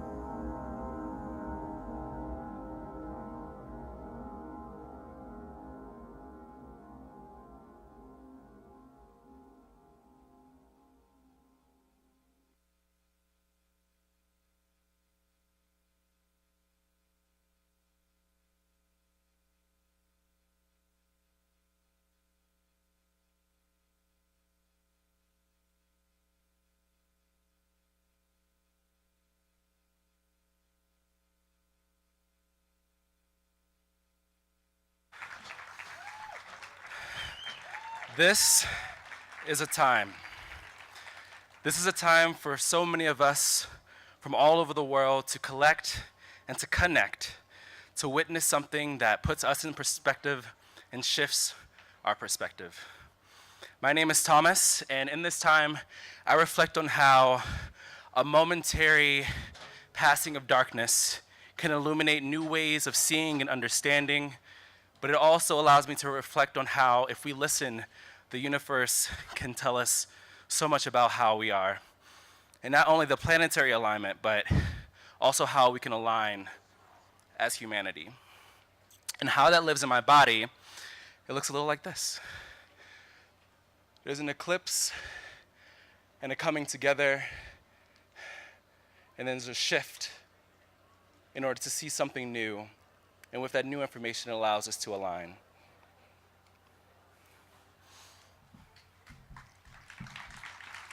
Hi there, how y'all doing? Woo.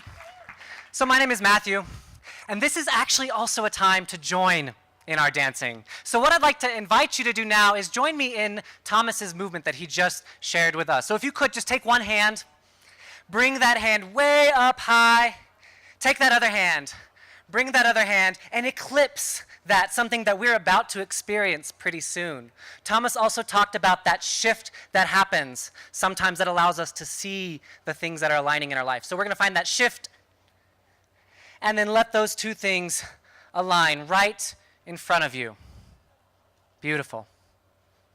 So this is also a time for me to celebrate the science and all those scientists that have helped us understand more about the world we live in and the relationship we have to that world and the universe around us. And earlier we got to actually hear a little bit from one of those scientists, Dr. Helen Mason in the house.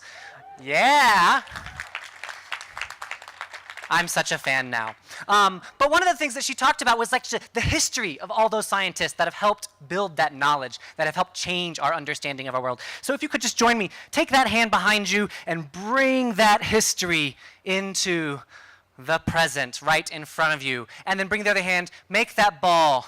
That's our sun. The other thing that she talked about were those solar flares, the really hot parts of the sun. We're actually in a quiet period right now. She says that they kind of fluctuate between active and quiet every 11 years or so. So we're just going to do a flare and a flare. Let's just put those two things together really quickly. Here we go. Take that one hand up. Take that other hand up. Find that eclipse. Find that shift. Bring that into alignment. And then from here, take that one hand back. Bring that history forward. Find that sun. And flare and flare. Hold on to that.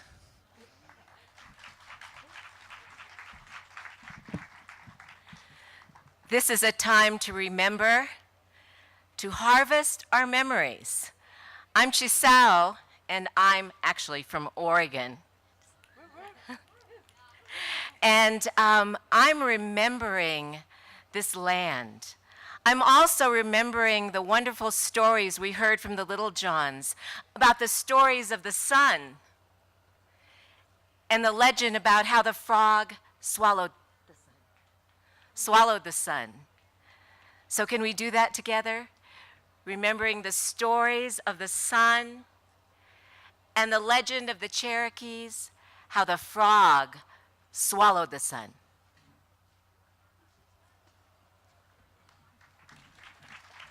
Thank you, Chisao. I'm Cassie. I'm the Artistic Director of Dance Exchange, and I've been reflecting on how this is a time to look to these different layers of understanding, the science, the history, the stories, the experience we're going to have today, and that those can offer us a new perspective that turns us to our world in a different way. Right, so let's just add some of those layers of understanding to our dance. We're just going to take one hand right out in front, and then the other, and then the other, and the ways in which that can shift our perspective and turn us to our world in new ways. Beautiful. Let's just try that one more time. So we're going to have that layering first. You're doing great. That shift in perspective that turns us to our world in new ways. The hand shift right in front of you. Great. There's also the personal experience that each of us is going to have. So can we gather up, kind of looking towards the sky, gathering in that experience that's going to be revealed to us as we look towards the sky and experience totality in just a few short moments. Yeah. Let's put those ideas together, all right? Just those two. So we have the layering, we have the shift, we have the gathering in of the personal experience that's going to be revealed as we look to the sky and experience totality. Let's put all those ideas together from the top. Here we go. How does our dance begin? Begins with Thomas's Eclipse movement. The shifts we're already noticing in the environment around us, how that's going to increase as we come to that momentary alignment. All the science and scientists that have helped us to understand our world in new ways, Dr. Mason and the solar flares today that we've been learning about. And then from our solar flares, we have all of the stories that we've heard. In particular, we want to hold onto the story from Cherokee about the frog swallowing the sun. And from the swallowing of the sun, those new layers of understanding, how those shift our perspective, turn us to our world in new ways, and then getting ready for that very personal experience we're going to have as we look to the sky and experience totality. We have the great opportunity now to try this movement with some music. I'm joined here with music from the American Wild, who will be accompanying us. Let's go from the beginning with some music. Here we go.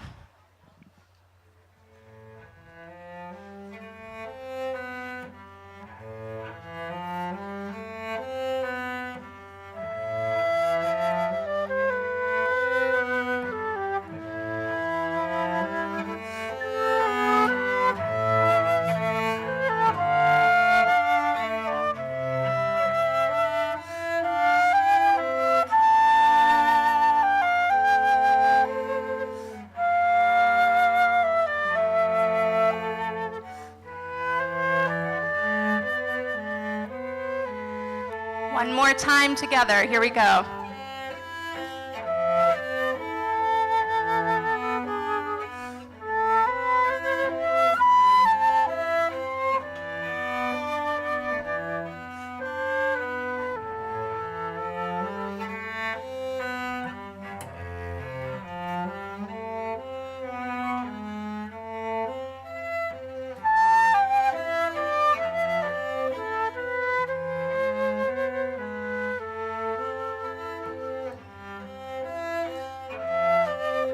Give yourselves some applause.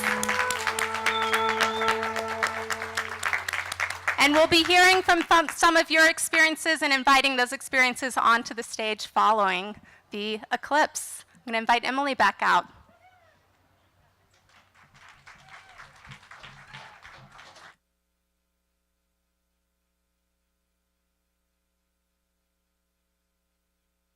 All right, guys, we are getting so close. Can you just look around for a second and notice that the sunlight around us is a little bit different than it was just 5-10 minutes ago? It's already getting a little bit darker, which is so cool.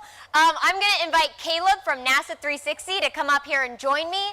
NASA 360 is an incredible program that NASA does that gives you a 360 view of NASA. NASA is your space agency, and Caleb is one of the hosts of this incredible program that can be found on all of the social medias. And I will let Caleb introduce himself. Hello, everybody! Woo! If you're having a good time, let me hear you say, oh yeah! Excellent. So, I gotta tell this joke. Can I tell a joke real quick? Let me tell a joke. Okay. So how does the moon give the sun a haircut? Anybody? It eclipses it! Corny. That's adorable. Corny joke. That's good. Corny joke. That's good, okay, Caleb. though. I like it. That's pretty good. So guys, here's a quick question for you guys. Who here has a smartphone? Raise your hand. If you have a smartphone, raise your hand. So only these people right here have smartphones. Okay, put your hands down. Now, the big thing about NASA is they're pushing not just seeing the eclipse, but also experiencing it. So they're really encouraging you guys not to necessarily use your smartphone, because literally after the eclipse is over, there will be incredible pictures on NASA's Flickr page, everywhere. Of course on NASA 360's Facebook page and all the accounts. So really just experience this. Yeah. Emily, for the first time in history, NASA's actually covering this by land, sea, air, and space for the first time in history. Crazy. So And this is believe me, a big I'm deal. sure NASA has better equipment than any of us. Than our smartphones, but their pictures are going to be better. And you know, something else that's really cool with being here in the Smoky Mountains is that this is a super cool fact here. Yeah. The last time, somebody say the last time. The last time a solar eclipse was here, where we are sitting and standing, was 100 years before we landed on the moon. 100 years. Very cool. So basically, we have a double history situation here. Double history. Double history. That's really cool. So the other thing I wanted to announce is I got a note. Tyler, it's his birthday today. He's turning 7. Do we know where Tyler is? Tyler, where are you? Well, you know what? Happy birthday, Tyler. Really glad that you could be with us today. This is a pretty cool. Oh, there he is. There's Tyler. Go, Tyler. Bring him on stage. Come on stage, Tyler. Tyler, come on stage. Tyler, come on stage. Tyler, come. We don't have much time, Tyler. Hurry, Tyler, before the totality starts. Come on stage, Tyler.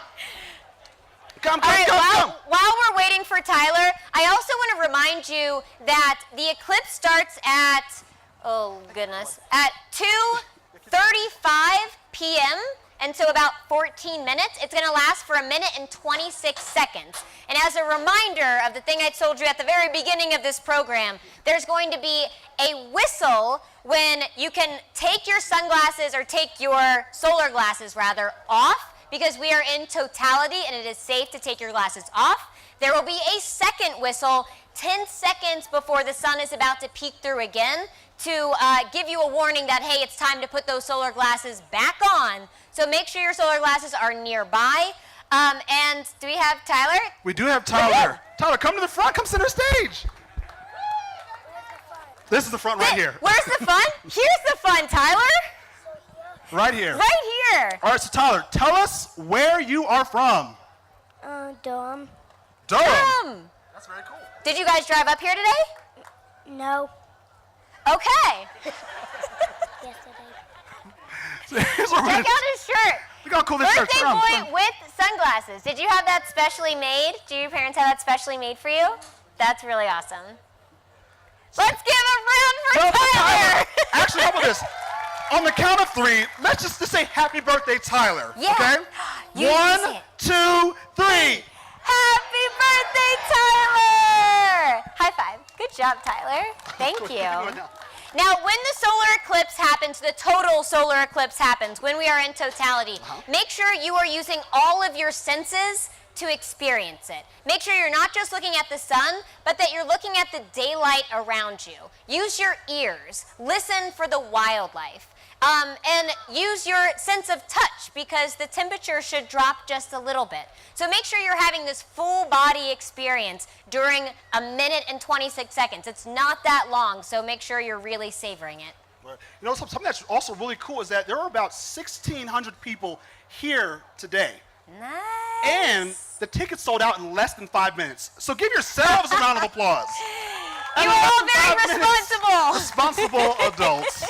Good job. Here today. All right, we are going to get out of your hair. We're going to give you some moments of silence to really experience this in your own way with your families. Make sure you're being safe. You're watching the eclipse with your solar glasses, and you are using all of your senses to experience this. That's right, and remember that there will be pictures right after on NASA's Flickr page, and of course the NASA 360 Twitter account, Facebook as well. So really, like Emily said, just experience this opportunity.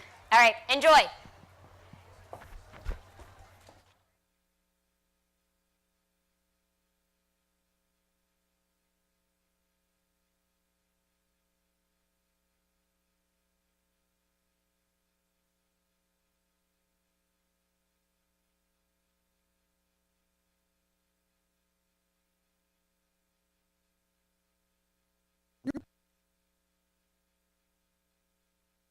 We're about to go silent on our broadcasts, so all of us can enjoy the experience as well. But don't worry, we have our cameras set in place so that you can see what we're seeing. We have reminded the audience here about eclipse etiquette, making sure that everyone gets a chance to enjoy the experience. We're counting down to totality, and I'll see you on the other side.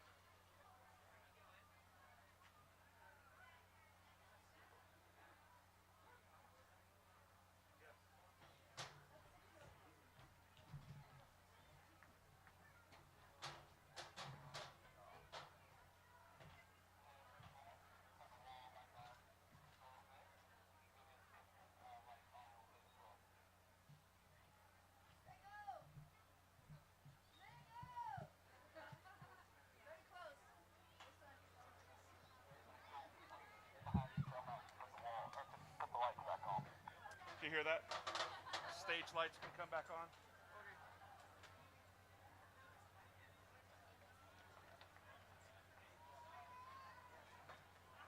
Wow, that just happened.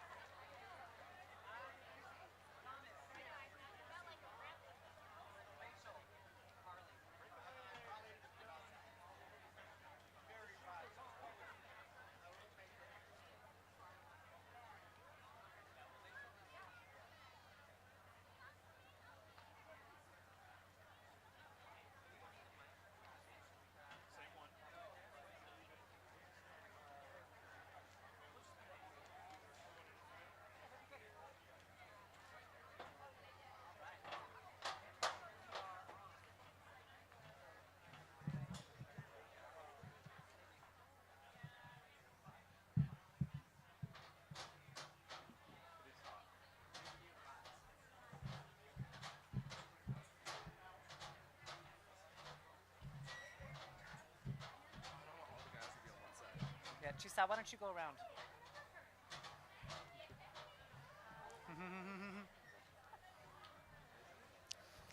Hey there, folks. How y'all doing? I'm going to try that one more time. Hey there, folks. How y'all doing? Nice, nice. So again, my name is Matthew. I'm with Dance Exchange. I want to take this opportunity to invite us back. We've got just a little bit more of a program left, and actually just a little bit more of a dance left to build with all of you this afternoon. The way I want to actually start is by referencing a conversation I had with my new good friend, Dr. Helen Mason. We had a chat yesterday, and one of the things that struck me, she's coming to today as a scientist, as somebody who studies the sun and knows a lot about our relationship to the sun, our sun today here. And one of the things that really stayed with me from that conversation is even though she's been to 3 different solar eclipses, that each time she comes to this, there's an inability to really comprehend or know what that experience will be like until you have gone through it. We've just gone through one together today, so we actually wanted to share some stories that we've heard as a way to close out our dance. And I'm going to start by calling on my friends Rose and Ella, Bonnie and Richard, who are visiting from Durham. And one of the things that they were talking about was the opportunity to actually glimpse the sun behind the moon like we did, and how that kind of creates this sensation of not really knowing how to describe it, but it's moving and powerful and felt. And so if we could just take our hands right in front of us and put one behind the other, the one that's furthest away, and we're just going to move the hand closest to us slowly until there's an opening so that way we can glimpse what's beyond. And then also to add to that, from here, you're just going to bring that hand down. I talked with Rose. She talked about the kind of communal awe of getting to celebrate this with so many people and the kind of depth of that. So we'll bring this hand down, and we'll just find that depth together. Nice. Cassie, I think you had a chance to hear from somebody, too. Yeah, I had the chance to speak with Nina, who is 9 and experienced her first total eclipse today. And Nina was talking about kind of the sensory experience, like how much shifted in the environment. And one of the things that she noticed right away was the kind of rush of cold air, that it got much colder in the environment. And when Nina was talking about this rush of cold air, she made a movement kind of like this. So can we just all try that? Can we try that rush of cold movement? Here we go. Rush of cold air with Nina's movement. Thank you, Nina. Great. We're also then just going to return to that idea that each of us had an experience and maybe new curiosity that was sparked for us. So we're just going to have that revealed and gather it in as a way to carry it forward beyond today, to think about how we want to share it beyond the experience here together, maybe with people beyond here and in the future. Great. So I think that's the final movement we'll have for this dance. What I'd like to do now is go all the way back to the dance that we started making before totality happened. But we've had that experience together already now, so I'm wondering if that experience can give us new information. Emily, earlier today, invited us all to bring our curious selves to this festival. So I'm going to ask that you bring your curious self and think about how this movement has shifted for you based on your experience. So we're going to start with one hand coming up, Thomas bringing that other hand up to Eclipse. We'll find that shift, and then we'll bring those hands forward to a line right in front of us. From there, we're going to bring our hand back, bringing that history of science to help us understand our sun and our world. We'll find those solar flares that happen from there. From here, we're going to bring that one hand in, send that other hand up to think about all the stories that tell us about the sun and the history of our relationship to the sun. Specifically one, the Cherokee, bringing our hands to our mouth to signify the frog that's going to eat the sun, or swallow it rather. And then bringing in those layers of understanding and how that can help us shift or turn our perspective of the world around us and allow us to bring that here, that will reveal something when we go through that, to look up into the sky. Now we're going to add those other movements that we had. We're just bring our hands up right in front of us. We talked about glimpsing the sun behind the moon as they part, and then from here finding that communal awe, the depth of that Rose talked about. Thank you, Rose. And then finding those hands reach out, whoosh, that air And then bringing it back to this experience that you had. What will you carry with you, and how will you share that with others? Nice. So what I'd like to do, we've got our friends from Music from the American Wild back on stage with us. I'd like to do it 2 times, just without my talking, but with music and movement. If you need some help, I've got some friends up here, and you've got neighbors, you know it. So Music of the American Wild, here we go. So we'll start with the eclipse of the sun. Find that shift. Bring that science. Solar flares.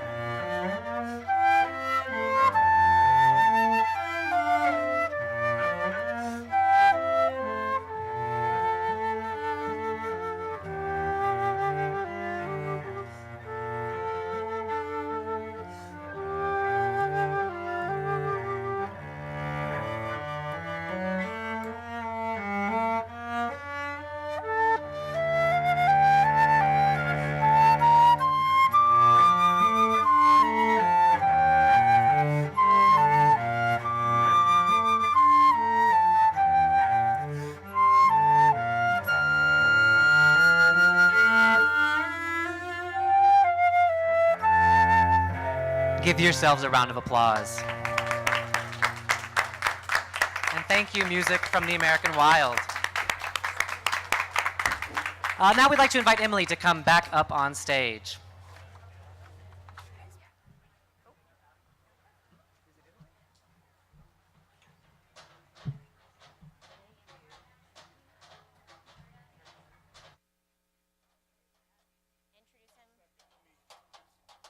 Sure, sure.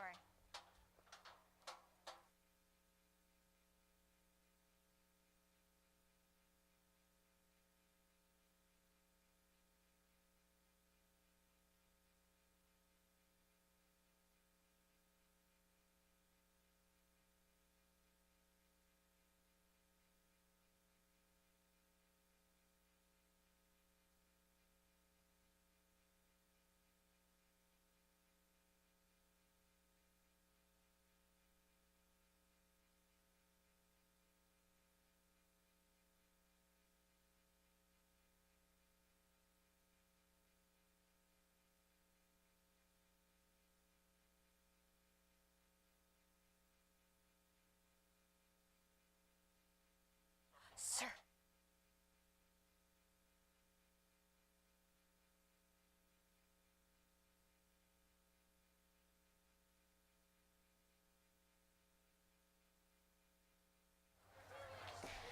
All right, everybody. So we still have a really incredible program for the rest of the eclipse that lasts until 4 p.m. So stay tight. Sit tight, stay tight, stay here, sit tight. Just be tight. Just be tight. Be tight. You guys are so tight. Okay, we are going to have the astronaut Soichi Noguchi speak next, but until then, we want to interview our good friend from the NASA tent. From the NASA tent. Can you guys give a round of applause, really cool please? To share with us. There we go. Woohoo! All right, so introduce yourself to the people. I'm Maria Chambers from Marshall Space Flight Center in Huntsville, Alabama. Yeah, Alabama. Now, if you guys haven't had a chance to visit the tent over there, let us know what you guys have going on. Well, we have a lot going on. One thing that the kids can do is we have these ultraviolet beads, and they actually change colors in the sun. And so during Totality, they all turned back to clear, which was amazing. So right now they're changing colors again, but they're not as bright as they were when it was just when we were not in Totality at all. So they glow in the dark, or is it? They don't glow in the dark, but when they're not in the light, they turn this clear color. And then you'll see some of them are different colors in the sun because of the ultraviolet light. Very cool. Also, we have an activity, if you want to draw your experience, we have chalk, and it's called Corona Art, and you can draw on black paper what you saw during the totality. Very cool. Cool, thank you very much. Thank you. And where are you guys located? Just over there?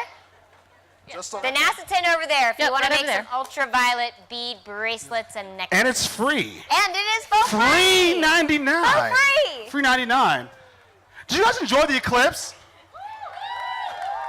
That was so crazy. I don't know what I was expecting, but it was a little bit different than what I was expecting. I don't think I imagined seeing like a perfect ring right around the moon. It was so weird. I felt like I shouldn't be viewing it without my solar glasses, but it was awesome. Yeah, it was definitely an incredible experience.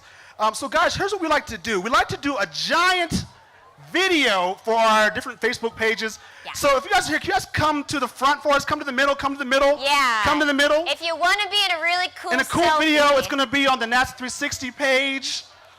And on the Space Gals page. And on the Space Gals page, of course. Come to the front, yes, yes. Yeah. Emily, do I need to start pulling some people? Do I need to start grabbing people and bring them to the front? You might. Do I need to start grabbing people? Oop, that's not on selfie mode. Come to the front, we're going to do a giant video. Goodness, I am not very good at selfies. Wow. You look good, guys. Oh, man, okay. I see you. Okay. Yeah, glasses on. All right, so we're going to do this twice. I like the energy. We're going to do this twice. One for hers and one for ours. All right. We're going to say, on the count of 3, Eclipse 2017. Let me hear you practice. 1, 2, 3. Oh, Can man. I get a little bit of this and a little bit of that? Arm raises. Some arm raises like, we out here. Yeah. All right. Yeah, get in mine, get in mine. Are you guys ready? All right. 1, 2, 3. Very good. Okay, now one more. Here we go. That was a good selfie. The video. All right, All this cameras is ready. All cameras ready. Here we go. Get it, Come Gonna be in. here? Come in. I'll be little. All right, here we go. 1, 2, 3. Eclipse 2017! Woo! Give yourselves a round of applause! Nice! I love the energy. Oh, you guys are fabulous. This is great. Y'all are great. So be sure to follow the Space Gal. The Space Gal. The Space Gal, NASA 360. Mm-hmm. Very post cool. all these. All right, how were your guys' experiences? What's your name? Leanne? You know what, I'm gonna hop down there and get some responses. He's gonna come and talk to you for a second. We have about a minute.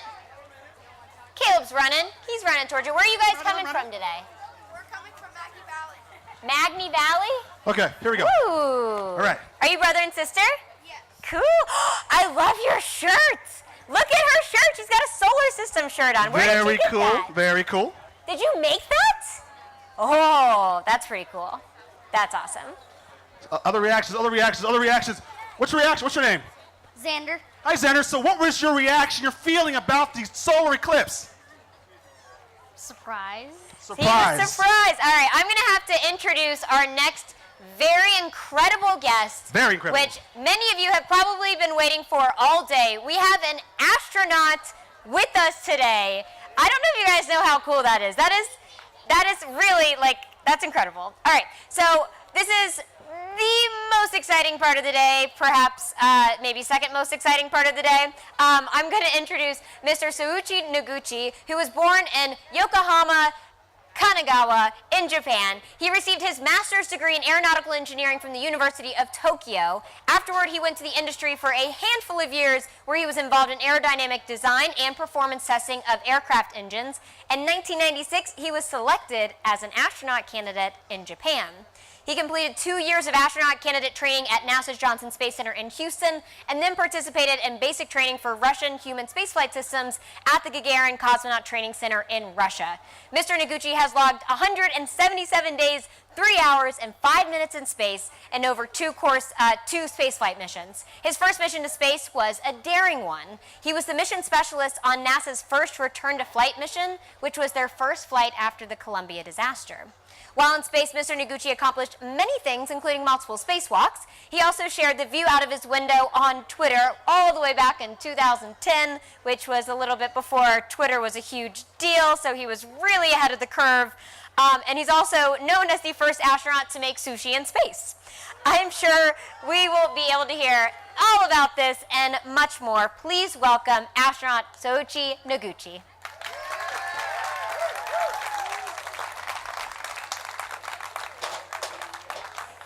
Thank you, Emily. Of course. Hey, thank you, Emily. Good afternoon, everyone.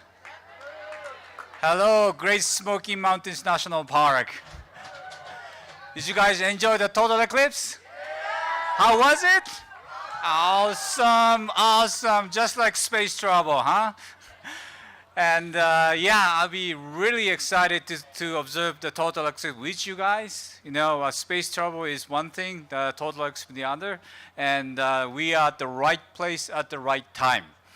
And today I want to talk a little bit about my experience in space. But first of all, I'd like to thank Great Smoky Mountains National Park.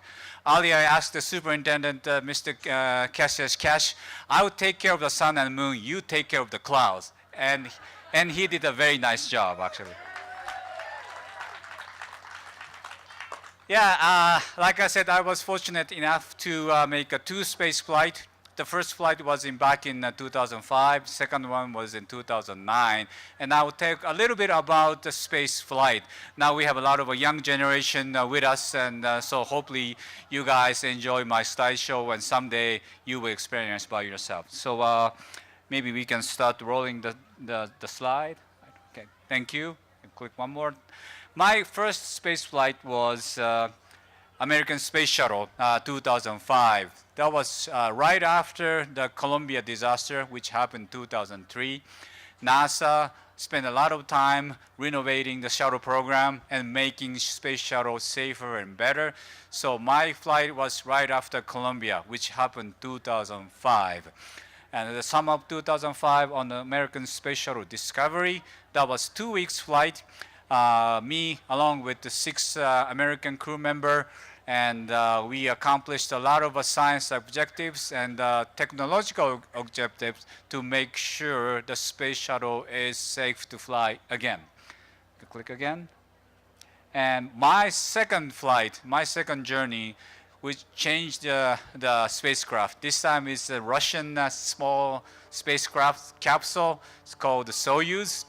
And it's only 3 persons small craft. Of course, I like space shuttle better, but Russian space capsule Soyuz also do the job, bringing 3 astronauts and cosmonauts to orbit and bring them safely. And this time it's a multinational program. United States, Russia, Europe, Canada, and Japan, we all work together on the station called International Space Station. That's a floating laboratory, state-of-the-art, and we are making a lot of advancement in science. And actually, I did more than 20 science work during my stay over 5.5 months.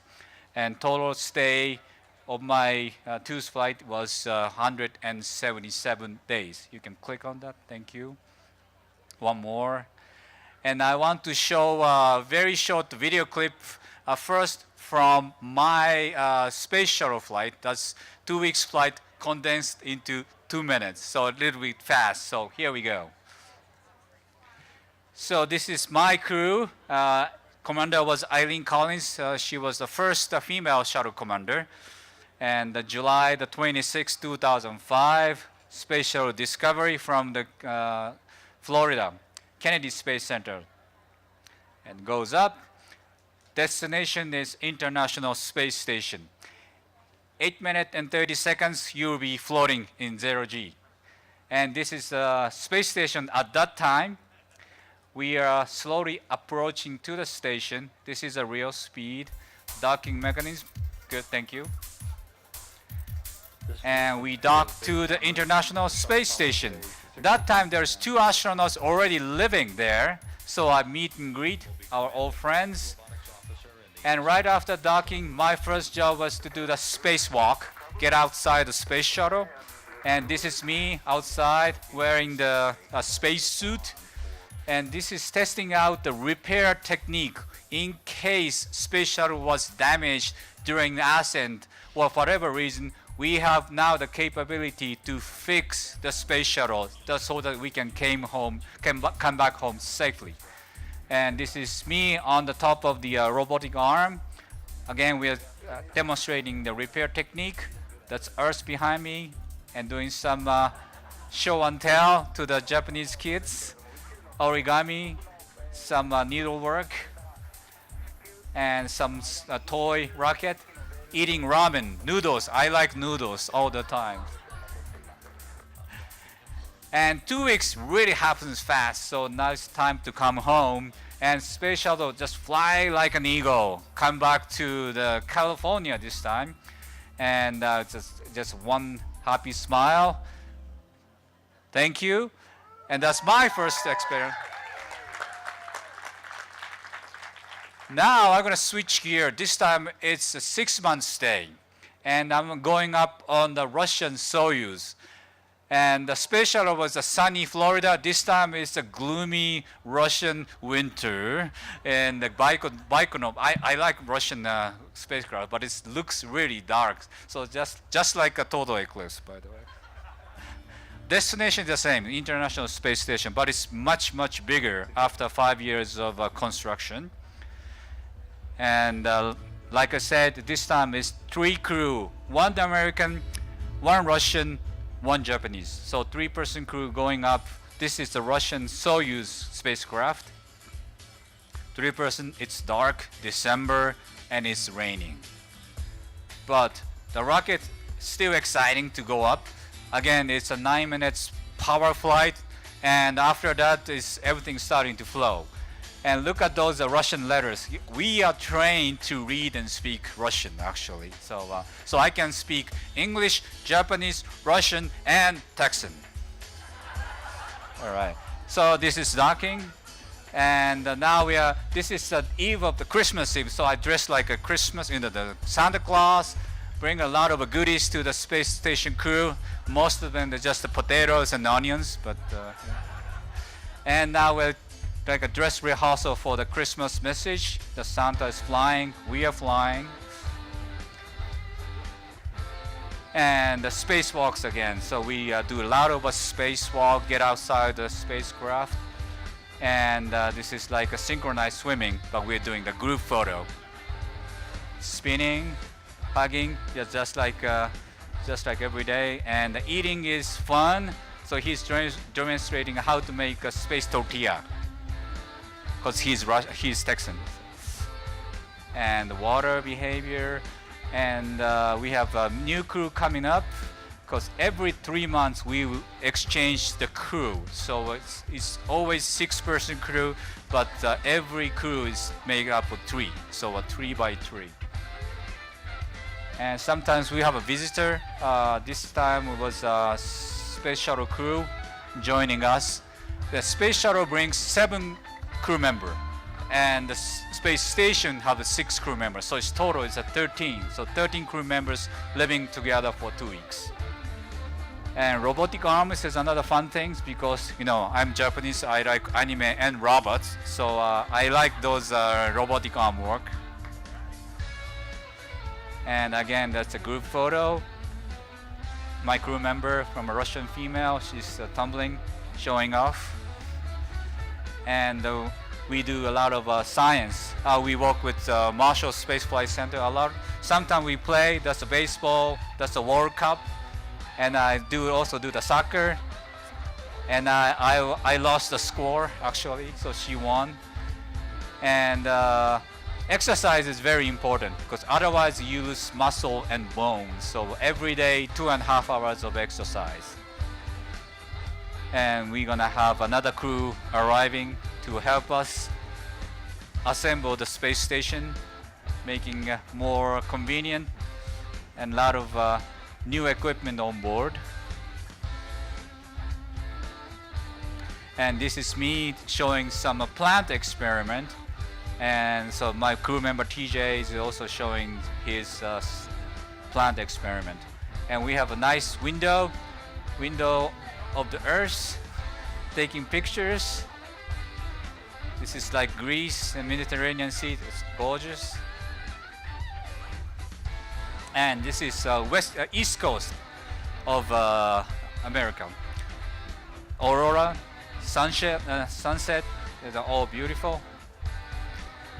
And this is inside the space station. This is like a busy street, people coming in and coming out.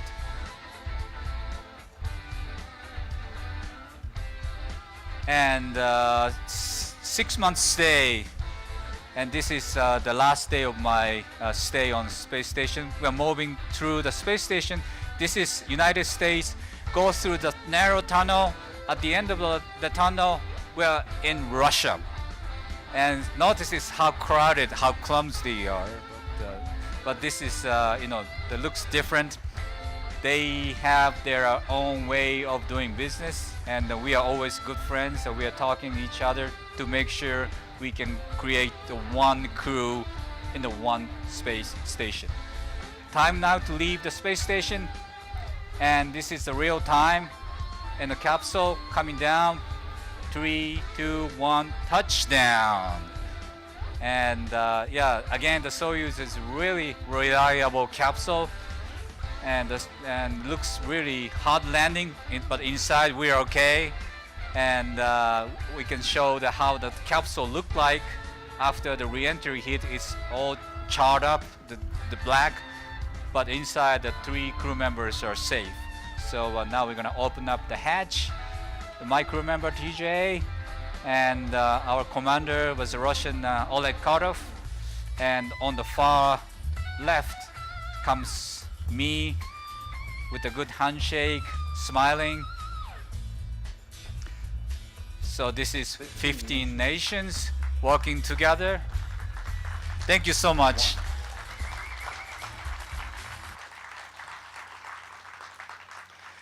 Yeah, again, the space flight was very fun. This is me, look like I'm upside down, but in space there's 0G, there's no up, there's no down. And I'm doing the spacewalk. And of course you can, next slide please. And this is space food. Food is very important, on the ground, in space, because it creates kind of a friendly atmosphere.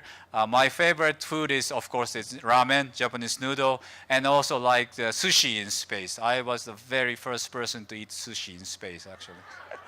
And I was very glad to share my space sushi with my Russian friends and American counterparts, and we have a blast out of it.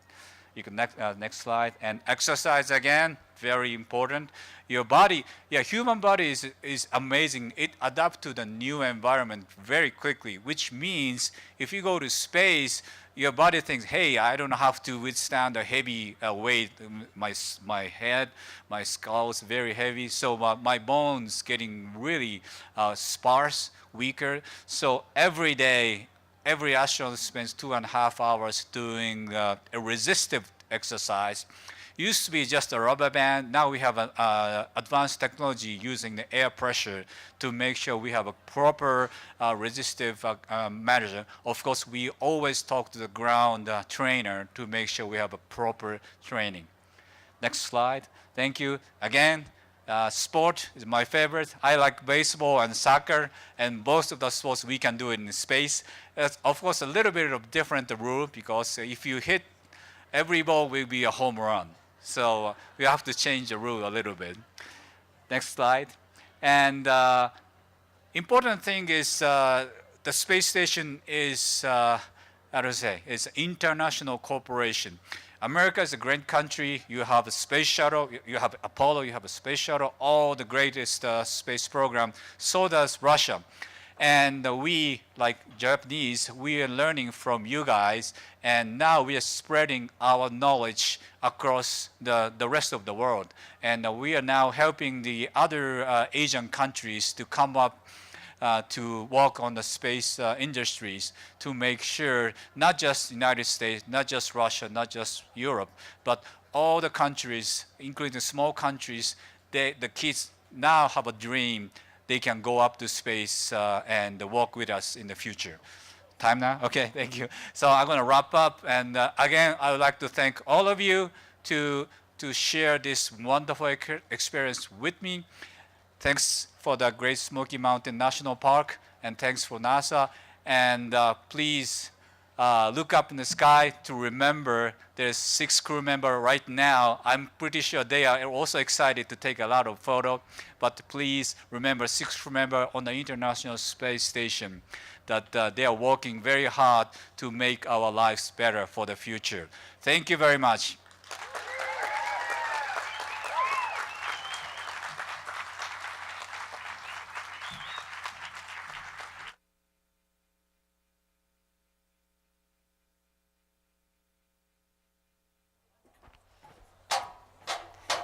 All right, let's have another round of applause for our astronaut today, Sochi Noguchi. So cool.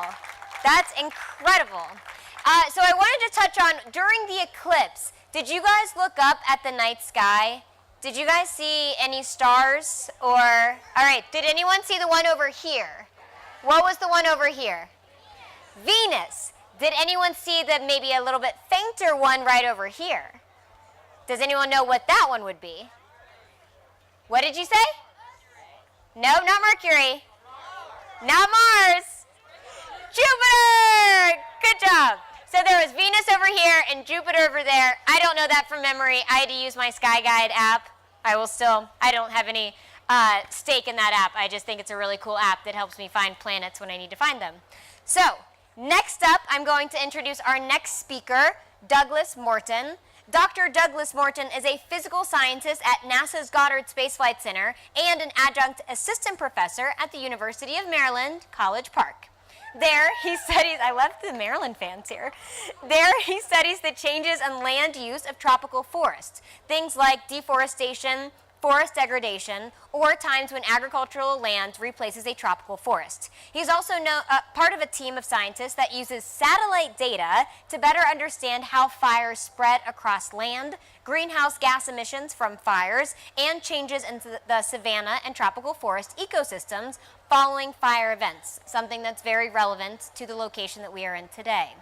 In addition to all of this work, Dr. Morton is actively engaged in international negotiations to reduce emissions from deforestation in developing countries. Very cool. Please welcome Dr. Douglas Morton.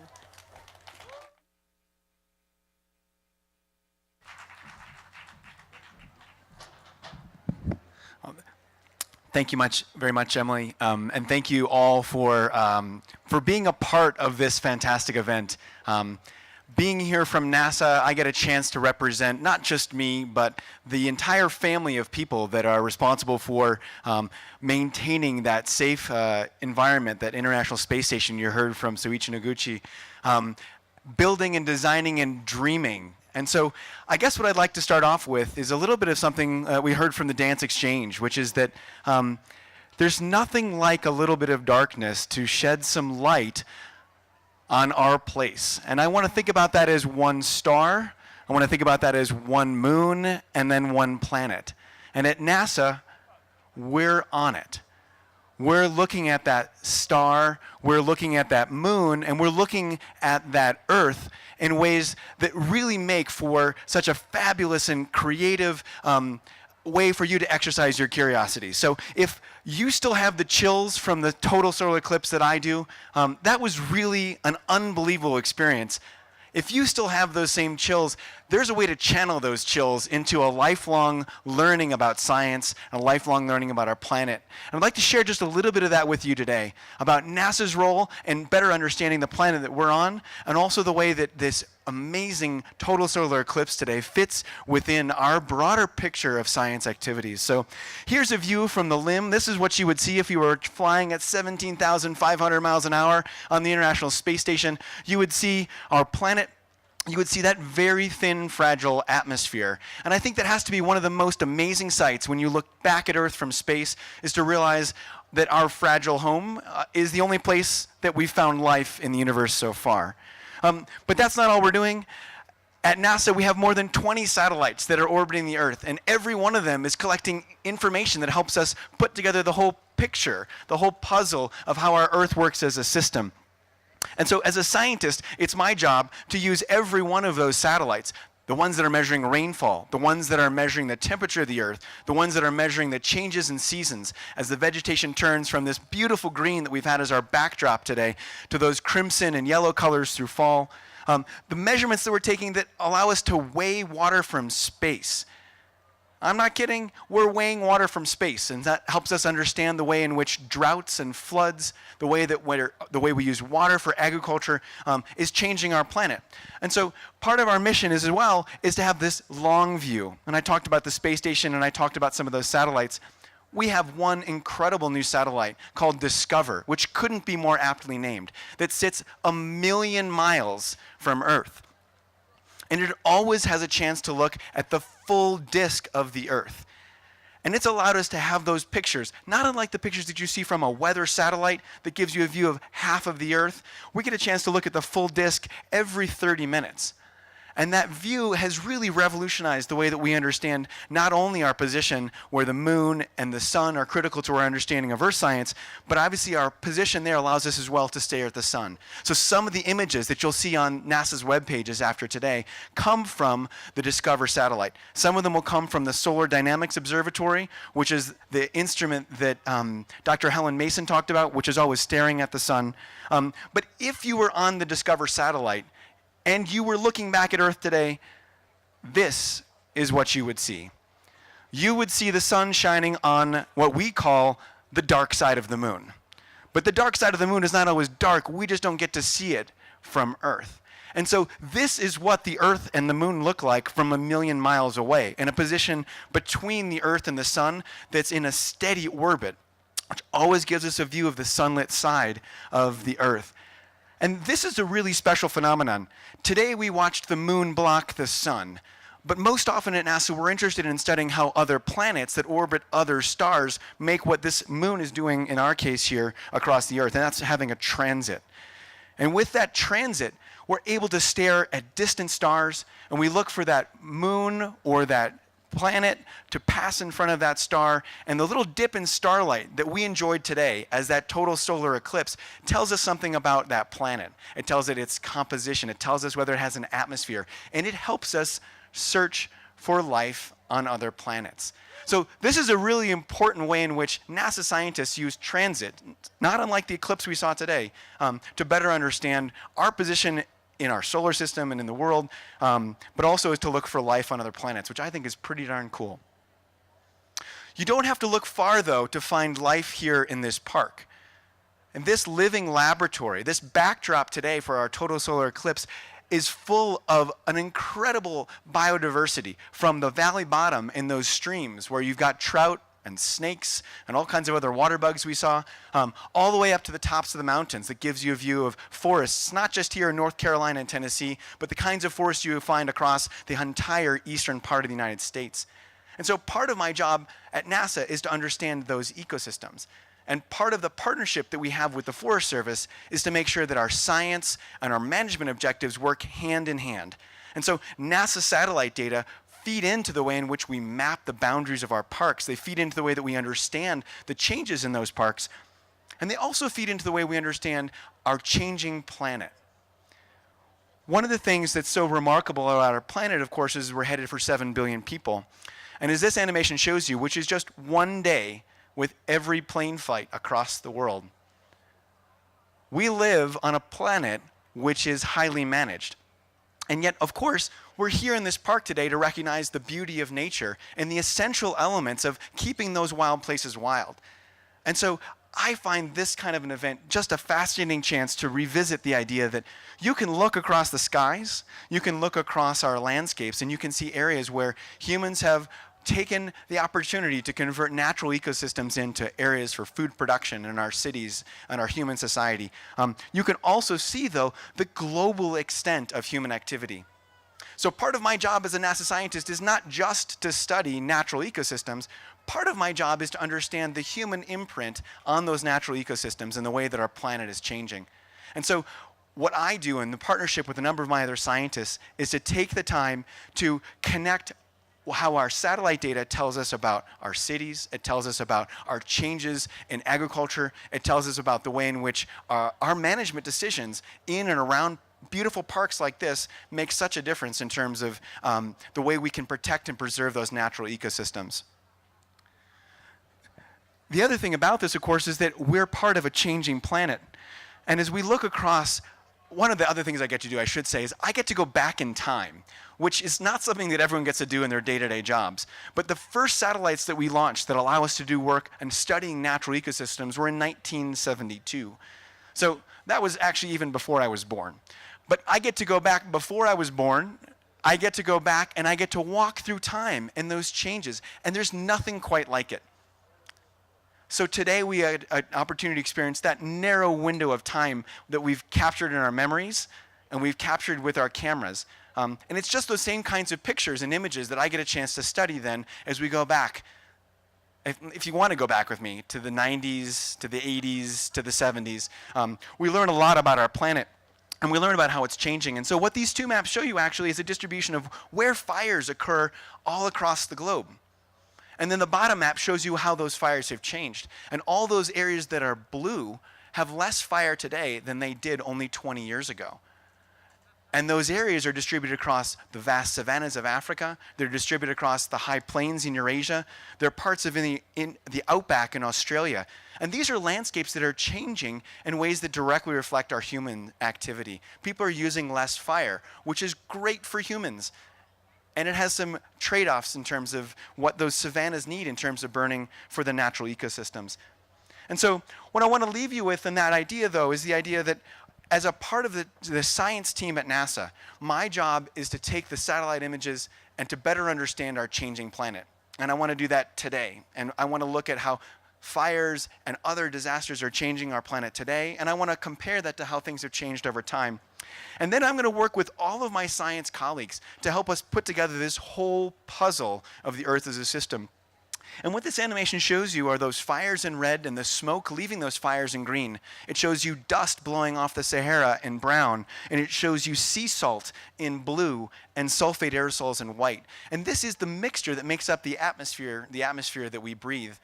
And one of the ways in which we team up with great places like the Great Smoky National Park is that this park maintains an air quality record that runs back as long as my satellite record.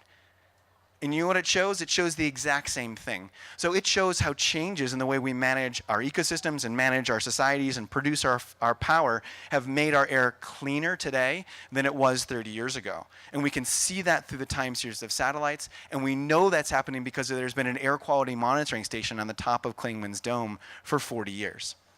So that's part of the partnership. The way that we're exchanging information across agencies between the Park Service and NASA. And that's part of what gets me excited, just about as excited as I was for that total solar eclipse, to go off and do the science that we do using the unique perspective that we have with NASA satellites. If you have built more of that curiosity today, if this has captured your interest, either in this park or in our planet or in the way in which our sun and moon combine to provide such an incredible total solar eclipse today.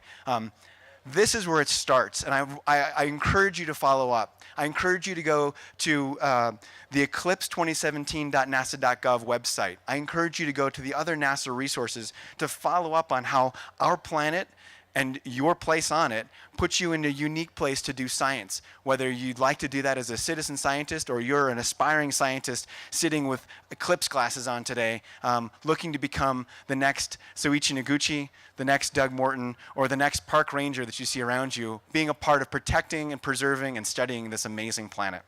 Thank you very much.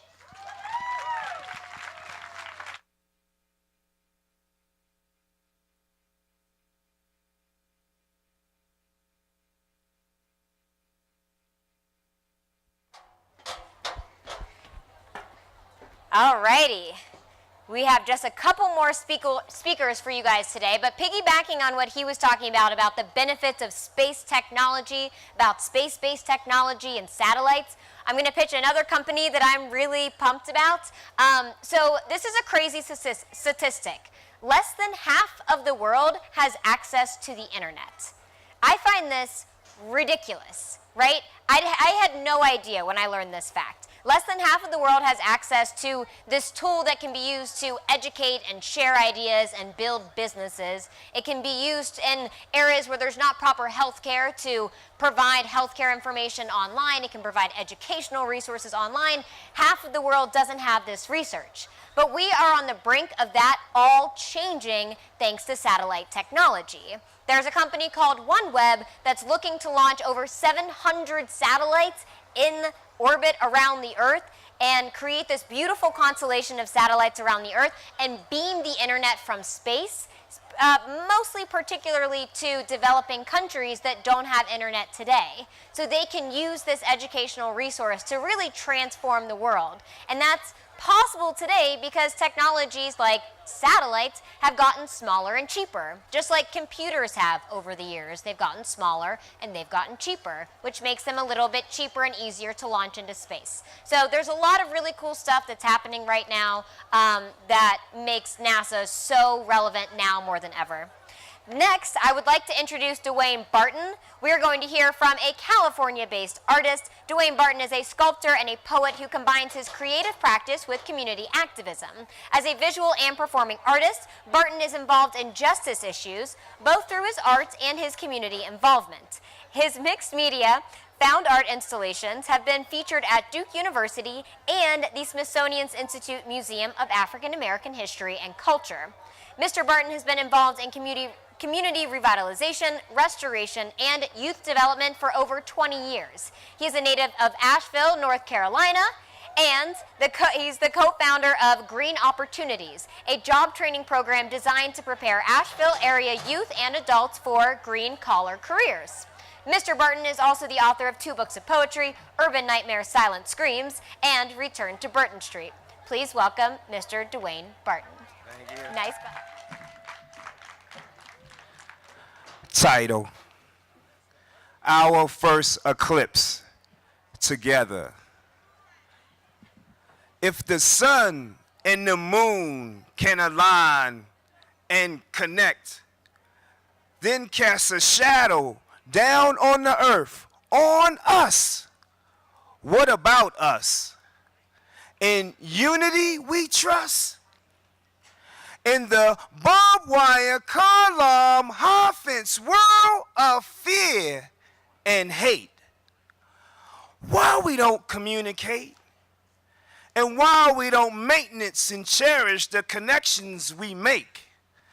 We in the same canoe, paddling in all directions. We need to unify. One earth, one people, one love. Because all eyes reflect the bright moonlight, all feet stand under the stars, all skin burns with the passion of the sun.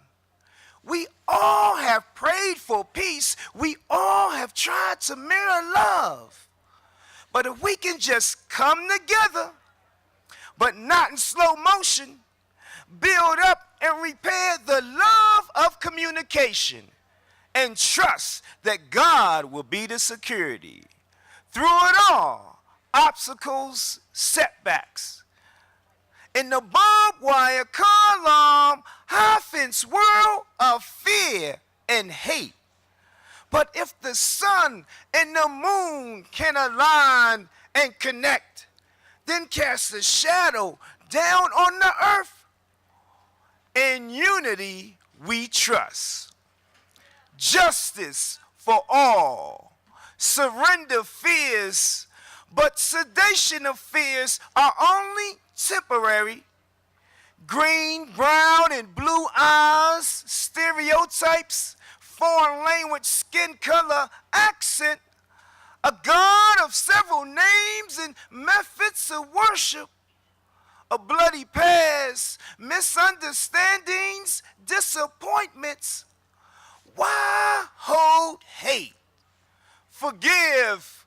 Without forgiveness, there is no truth. Listen, hear our world scream with passion. A bird's choir, raindrop drum beats down a mountain stream, head water. Children's laughter, our future, the sound of love, 2 mouths kiss. Now picture this, people in colors working together. Know that peace with love is unity. It's not a dream or thought, but pure action.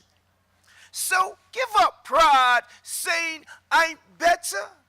Sacrifice doubt on the altar of faith. When darkness appears, transform it to light.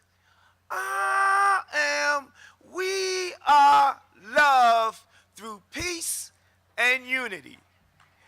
Remember, remember autumn, how the myriad of trees explode with a unity of color. Beauty, peace, release, leaves that float down to the earth's surface, a unity of colors coming together. Remember autumn.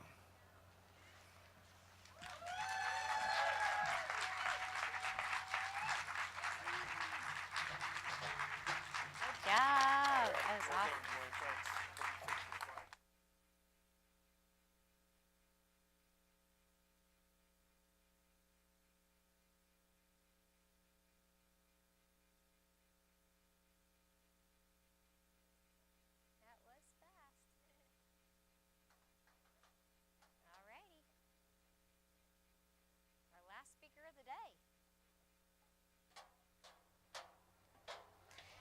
And now, ladies and gentlemen, we are at the last speaker of the day. Make sure you are getting your last glimpses of the eclipse. It's still just barely there, so savor all of those moments. And I'd like to reintroduce Miss Kathy Littlejohns. Kathy Littlejohn is an enrolled member of the Eastern Band of Cherokee Indians who is skilled in telling Cherokee stories. Please welcome Kathy.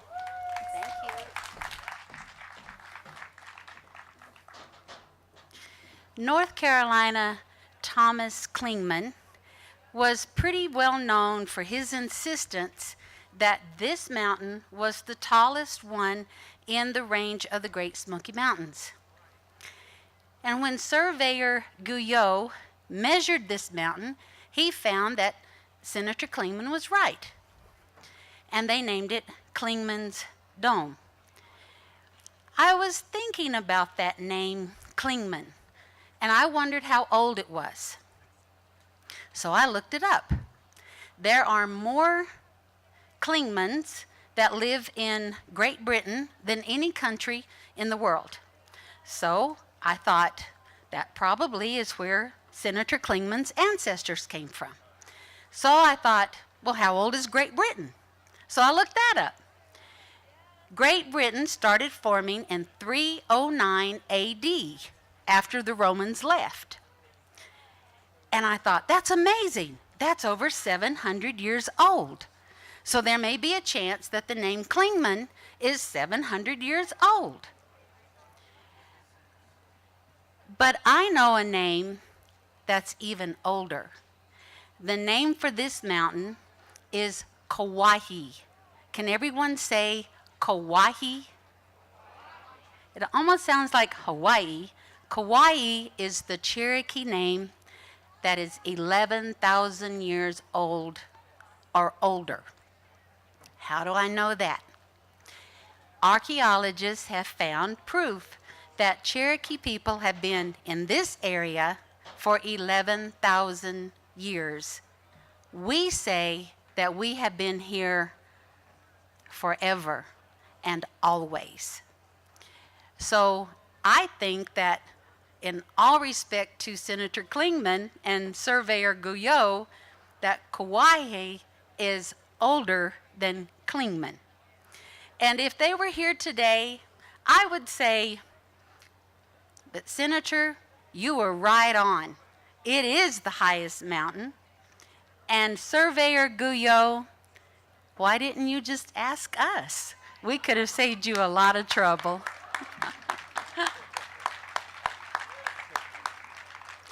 In those 11,000 years and longer, we have been telling stories about this place, this mountain, And I'd like to share some of those with you today. Now, in the valley below us, there was a Cherokee village that had a family that had a son. And this son would go out every day into the woods from the early light of the morning until the evening. And he wouldn't come home until dark. This worried his parents, and they asked him, "Why do you stay out in the woods so long? What do you eat?" He said, the woods provide me with everything that I need to eat. And the food is so good. I like it better than the beans and the corn of the settlements. I love to stay out there. As time went on, they noticed that long hair was beginning to grow on his body. They worried about that. And one day he came in and he said, "In 7 days' time, I am going to go to the woods forever, and I'm going to live there. If you would like, you can join me, but you have to quit eating human food."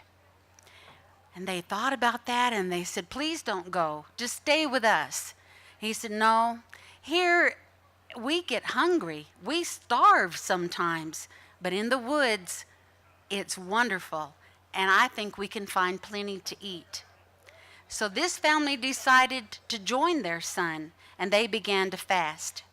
Their friends and their neighbors wanted to join them too and go with them, so they began to fast. On the 7th day, they all left the village. Now their other friends and neighbors in the other villages around heard of this, and they were worried. They didn't want to lose their friends and neighbors, and they sent runners and messengers out to please stop just for one day. Let us come and talk with you. We don't want you to go. So the runners ran ahead. When they got to the village, no one was there. So they went on past the village, into the forest, into the edge of the woods, and there they saw them. And they saw a great group of bears disappearing into the forest.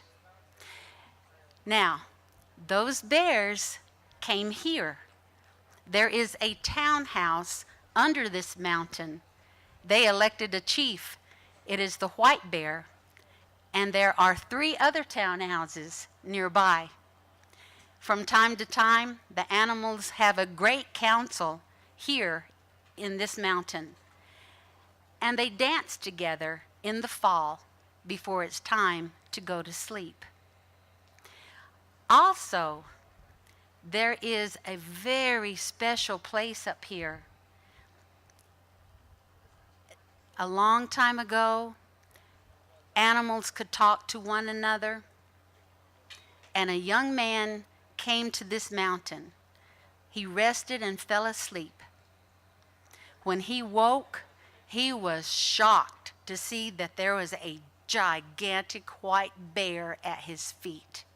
He was so scared he didn't move. And the bear began to talk to him and said, "I have a very special message for your people. Get on my back and hold tight. I want to take you to a special place." The young man was too scared not to do it. So he got on the back of the bear, held on for dear life, and that bear ran so fast, the young man had to close his eyes against the wind. After a long time, the bear stopped, and the young man opened his eyes, and he saw the most beautiful lake he had ever seen. The water was purple. And at one end, he saw a line of animals that were going into the water. And then he noticed that the animals were hurt. One had a broken wing, one had a hurt foot. After they swam across the lake and came out, they were fine. He was so excited when he saw that. He said, "Oh, take me back. Please take me back. I've got to go home. I've got to tell everyone. I want to show that, please, will you show me how to get here? I want to, oh, my grandmother, she has joints that hurt, and she could get in this water. Please let me go back and tell them." And the bear very sadly said, "I want you to go and tell them that they will be able to see and use the magic lake that is here on this mountain, but only when humans stop fighting. Once in a while, there have been reports that people have seen this lake very briefly and then it's gone. And I think that is to remind us that we need to work very hard on not to fight with one another so that we can use the magic lake. Let that day begin today. Let that begin with all of us. Thank you.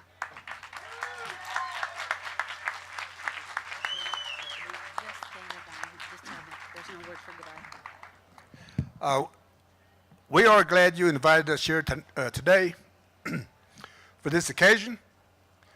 And we're here to say goodbye, I guess, this evening.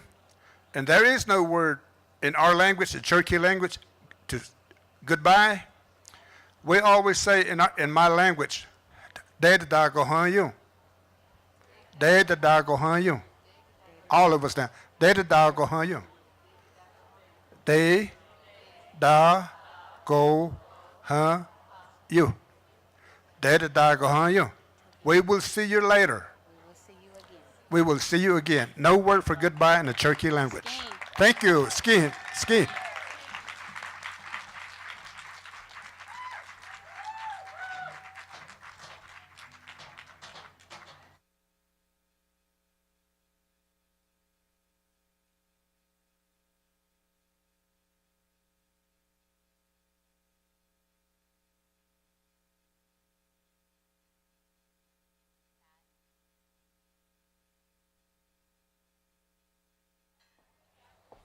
All right, for the close of our program, I would like to welcome up Clay Jordan, the Deputy Superintendent of the Great Smoky Mountains National Park. Woo!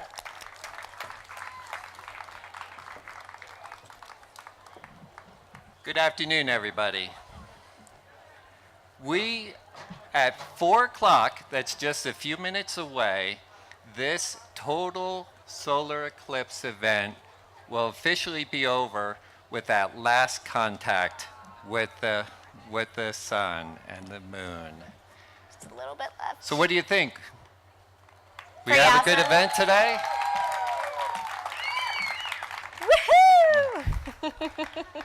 I'll tell you, Emily, I just can't imagine how this could have been more rewarding an experience. It's like the clouds knew they had to get out of here in time for the eclipse. Like, that could not have been a better experience. I think everybody can feel good about coming to the Smoky Mountains National Park for this experience. That was pretty awesome. Yeah, and you know, big celestial moments really deserve a great event. And this event would not have been possible without the strength and the performances, the educational speakers, the performances, the activity tents, the citizen science going on. I mean, so many things came together today. And I hope that folks will kind of reflect on today and really think about it in the future. Emily, what really will you take back home with you? What memories really struck you? I mean, I don't think I'm ever going to forget that view of the dark sun with the ring around it. Like, that looked so creepy. I think maybe that's not the right word. Magical is maybe a more positive adjective, but seeing that in the sky, that looked like a sci-fi movie. I'm never going to forget that. And then looking out and watching everybody else collectively be looking up, it felt like a nice human collective experience to share with all of you, and I feel really honored to be here with you guys. Yeah. What about you? What was your favorite moment? You know, I look at this event and it seems like the crossroads between science, nature here at Clingmans Dome, in the heart of Great Smoky Mountains National Park, and people. And during that minute and a half, I found myself really thinking about all three. really studying, looking up at that sun, that amazing sight, and then looking down over the landscape and noticing how the clouds were still illuminated in the distance, and realizing that that was outside the path of totality. That was outside the shadow. So yeah, there was more light illuminating them, and just experiencing the landscape, the beauty of nature.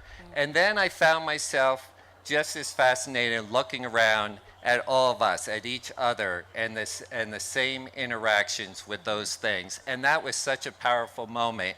And I think the combination of those three things, which you can only do in a place like Great Smoky Mountains National Park or some of the other national parks where the eclipse was visible, or even state parks, to have that experience of all three. And that was really memorable. Really cool. Really, really cool. And speaking of national parks, I hope that folks will take this experience and connect with other national parks and other public lands, because it is in our public lands, in our national parks, in our wildlife refuges, in our national forests, in our state parks, in our community parks, where the nation's natural and cultural heritage is preserved, and where the stories are told of that heritage. And that's a real powerful thing, and I hope folks will take advantage of that. Absolutely. And I know, for one, I live in San Francisco. I live in the heart of the city, and I'll go for months not experiencing nature at all. And every once in a while, I crave a national park. And I think that oftentimes we may not, we take it for granted, the National Park Service. We take these things for granted. And it's just so wonderful to be able to experience nature and to have it so well kept and preserved by park rangers and people who work for the national park. So thank you for keeping this beautiful for all of us to enjoy. And now, before we close this event, we'd be remiss if we didn't make a few acknowledgments of the partnerships involved in this. First of all, Emily, I want to thank you, Emily Calandrelli, for being our host and guiding us through this really special experience that we'll remember for a long time. Yes, please go. And our partner in NASA. And we had a lot of elements in NASA here, obviously, with the astronaut branch of operations in NASA. We've had NASA headquarters involved in this. We had the Marshall Space Flight Center. We had the Goddard Space Flight Center. So a lot of components of NASA that has been so critical. And through NASA and through their partnership and our partnership with the National Institute of Aerospace, they have brought this event to the world.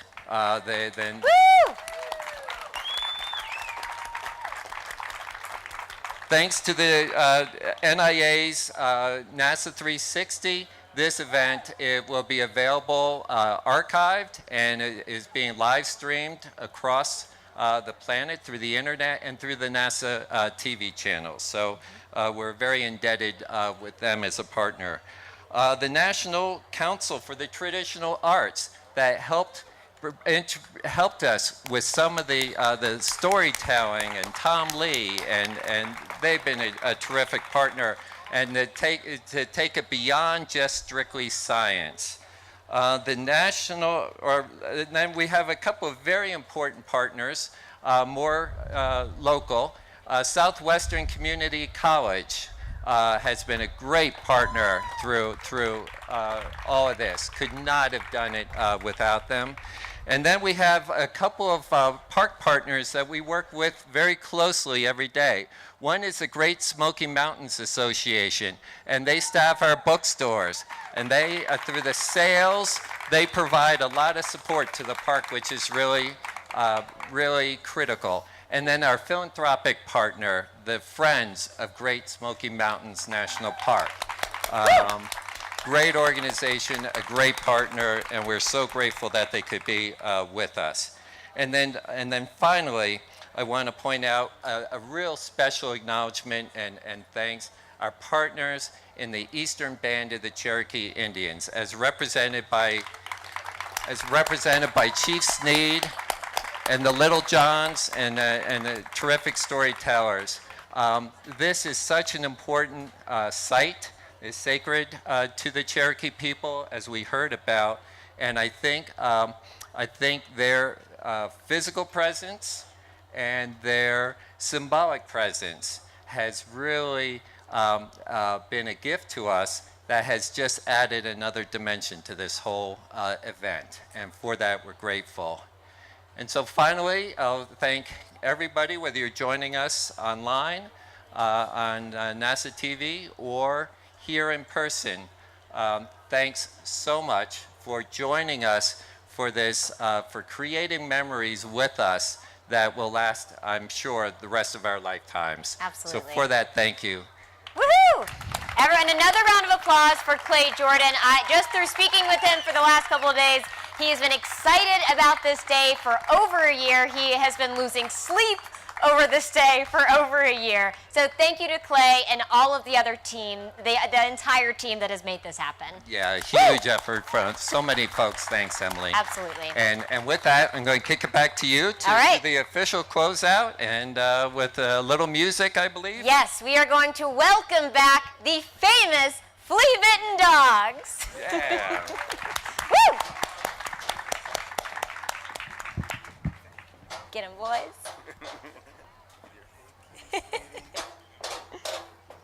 All right. All right, that's. Thanks, everybody, and safe travels home. Remember, the last bus leaves at 5 o'clock, or as soon as we're able to load it, and have a great evening. This is mine. This is mine. All righty.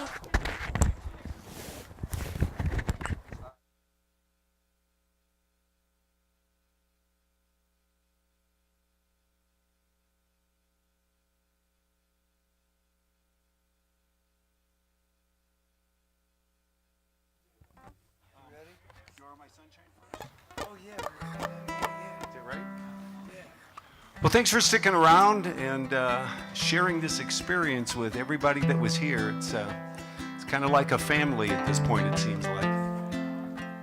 So we've got 2 songs we're going to do, and the first one, if you would like to join in with us and sing along with us, it'd be wonderful.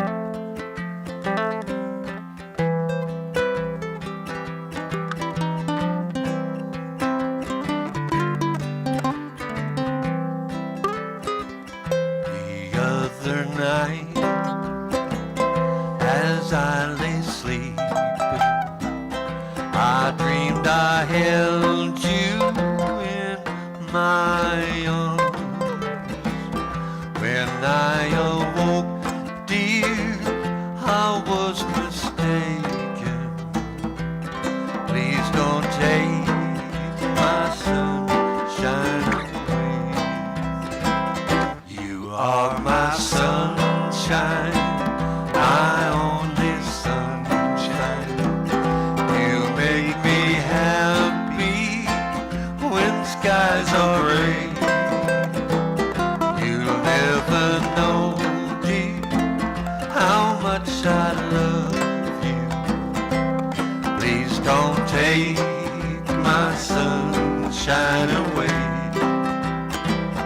I'll always love you and make you happy if you will only say the same. But if you leave me and love another, you'll regret it all someday. You are my sunshine, my only sunshine. You make me happy when skies are gray. You never know, dear, how much I love you. Please don't take my sunshine away.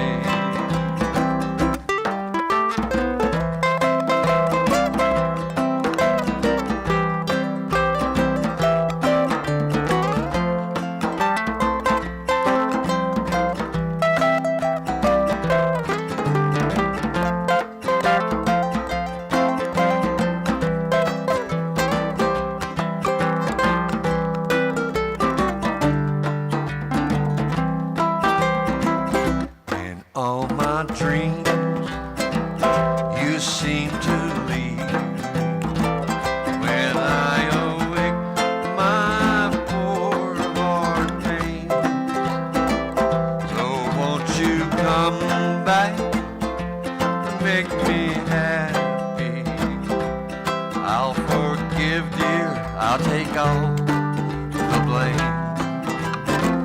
You are my sunshine, my only sunshine. You make me happy when skies are gray. You'll never know, dear, how much I love you. Please don't take my sunshine away. Let's do it one more time. You are my sunshine, my only sunshine. You make me happy when skies are gray. You'll never know, dear, how much I love you. Please don't take my sunshine away. Please don't take my sunshine away.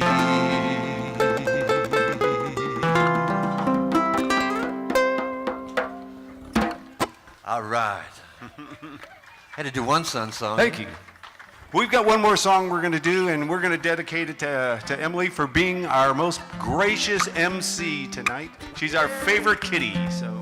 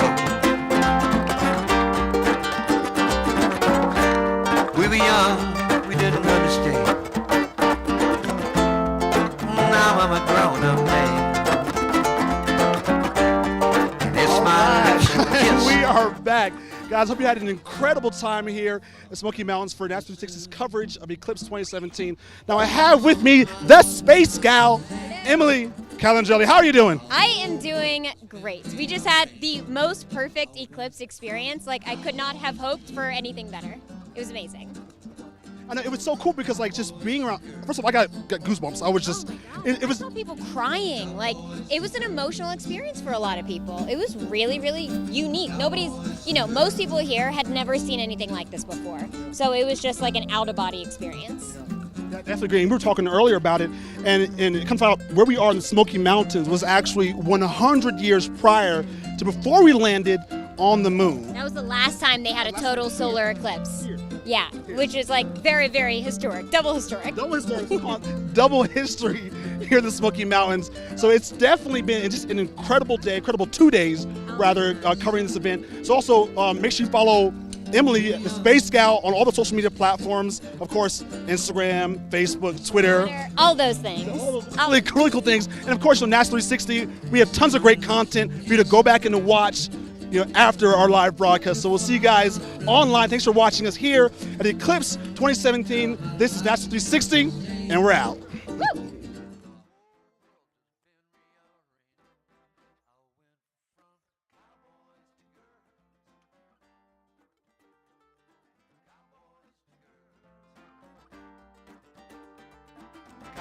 Cowboys to girls.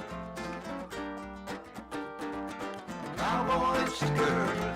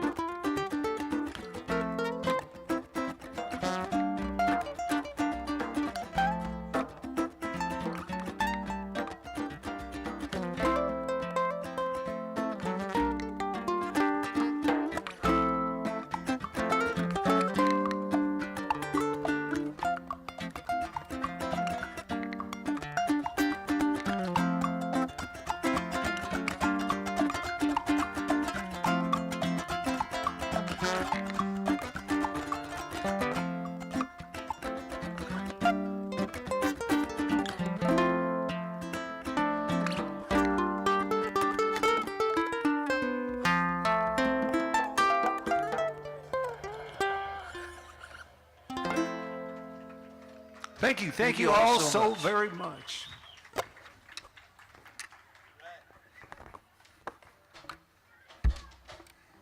Are we good? I thought we were good.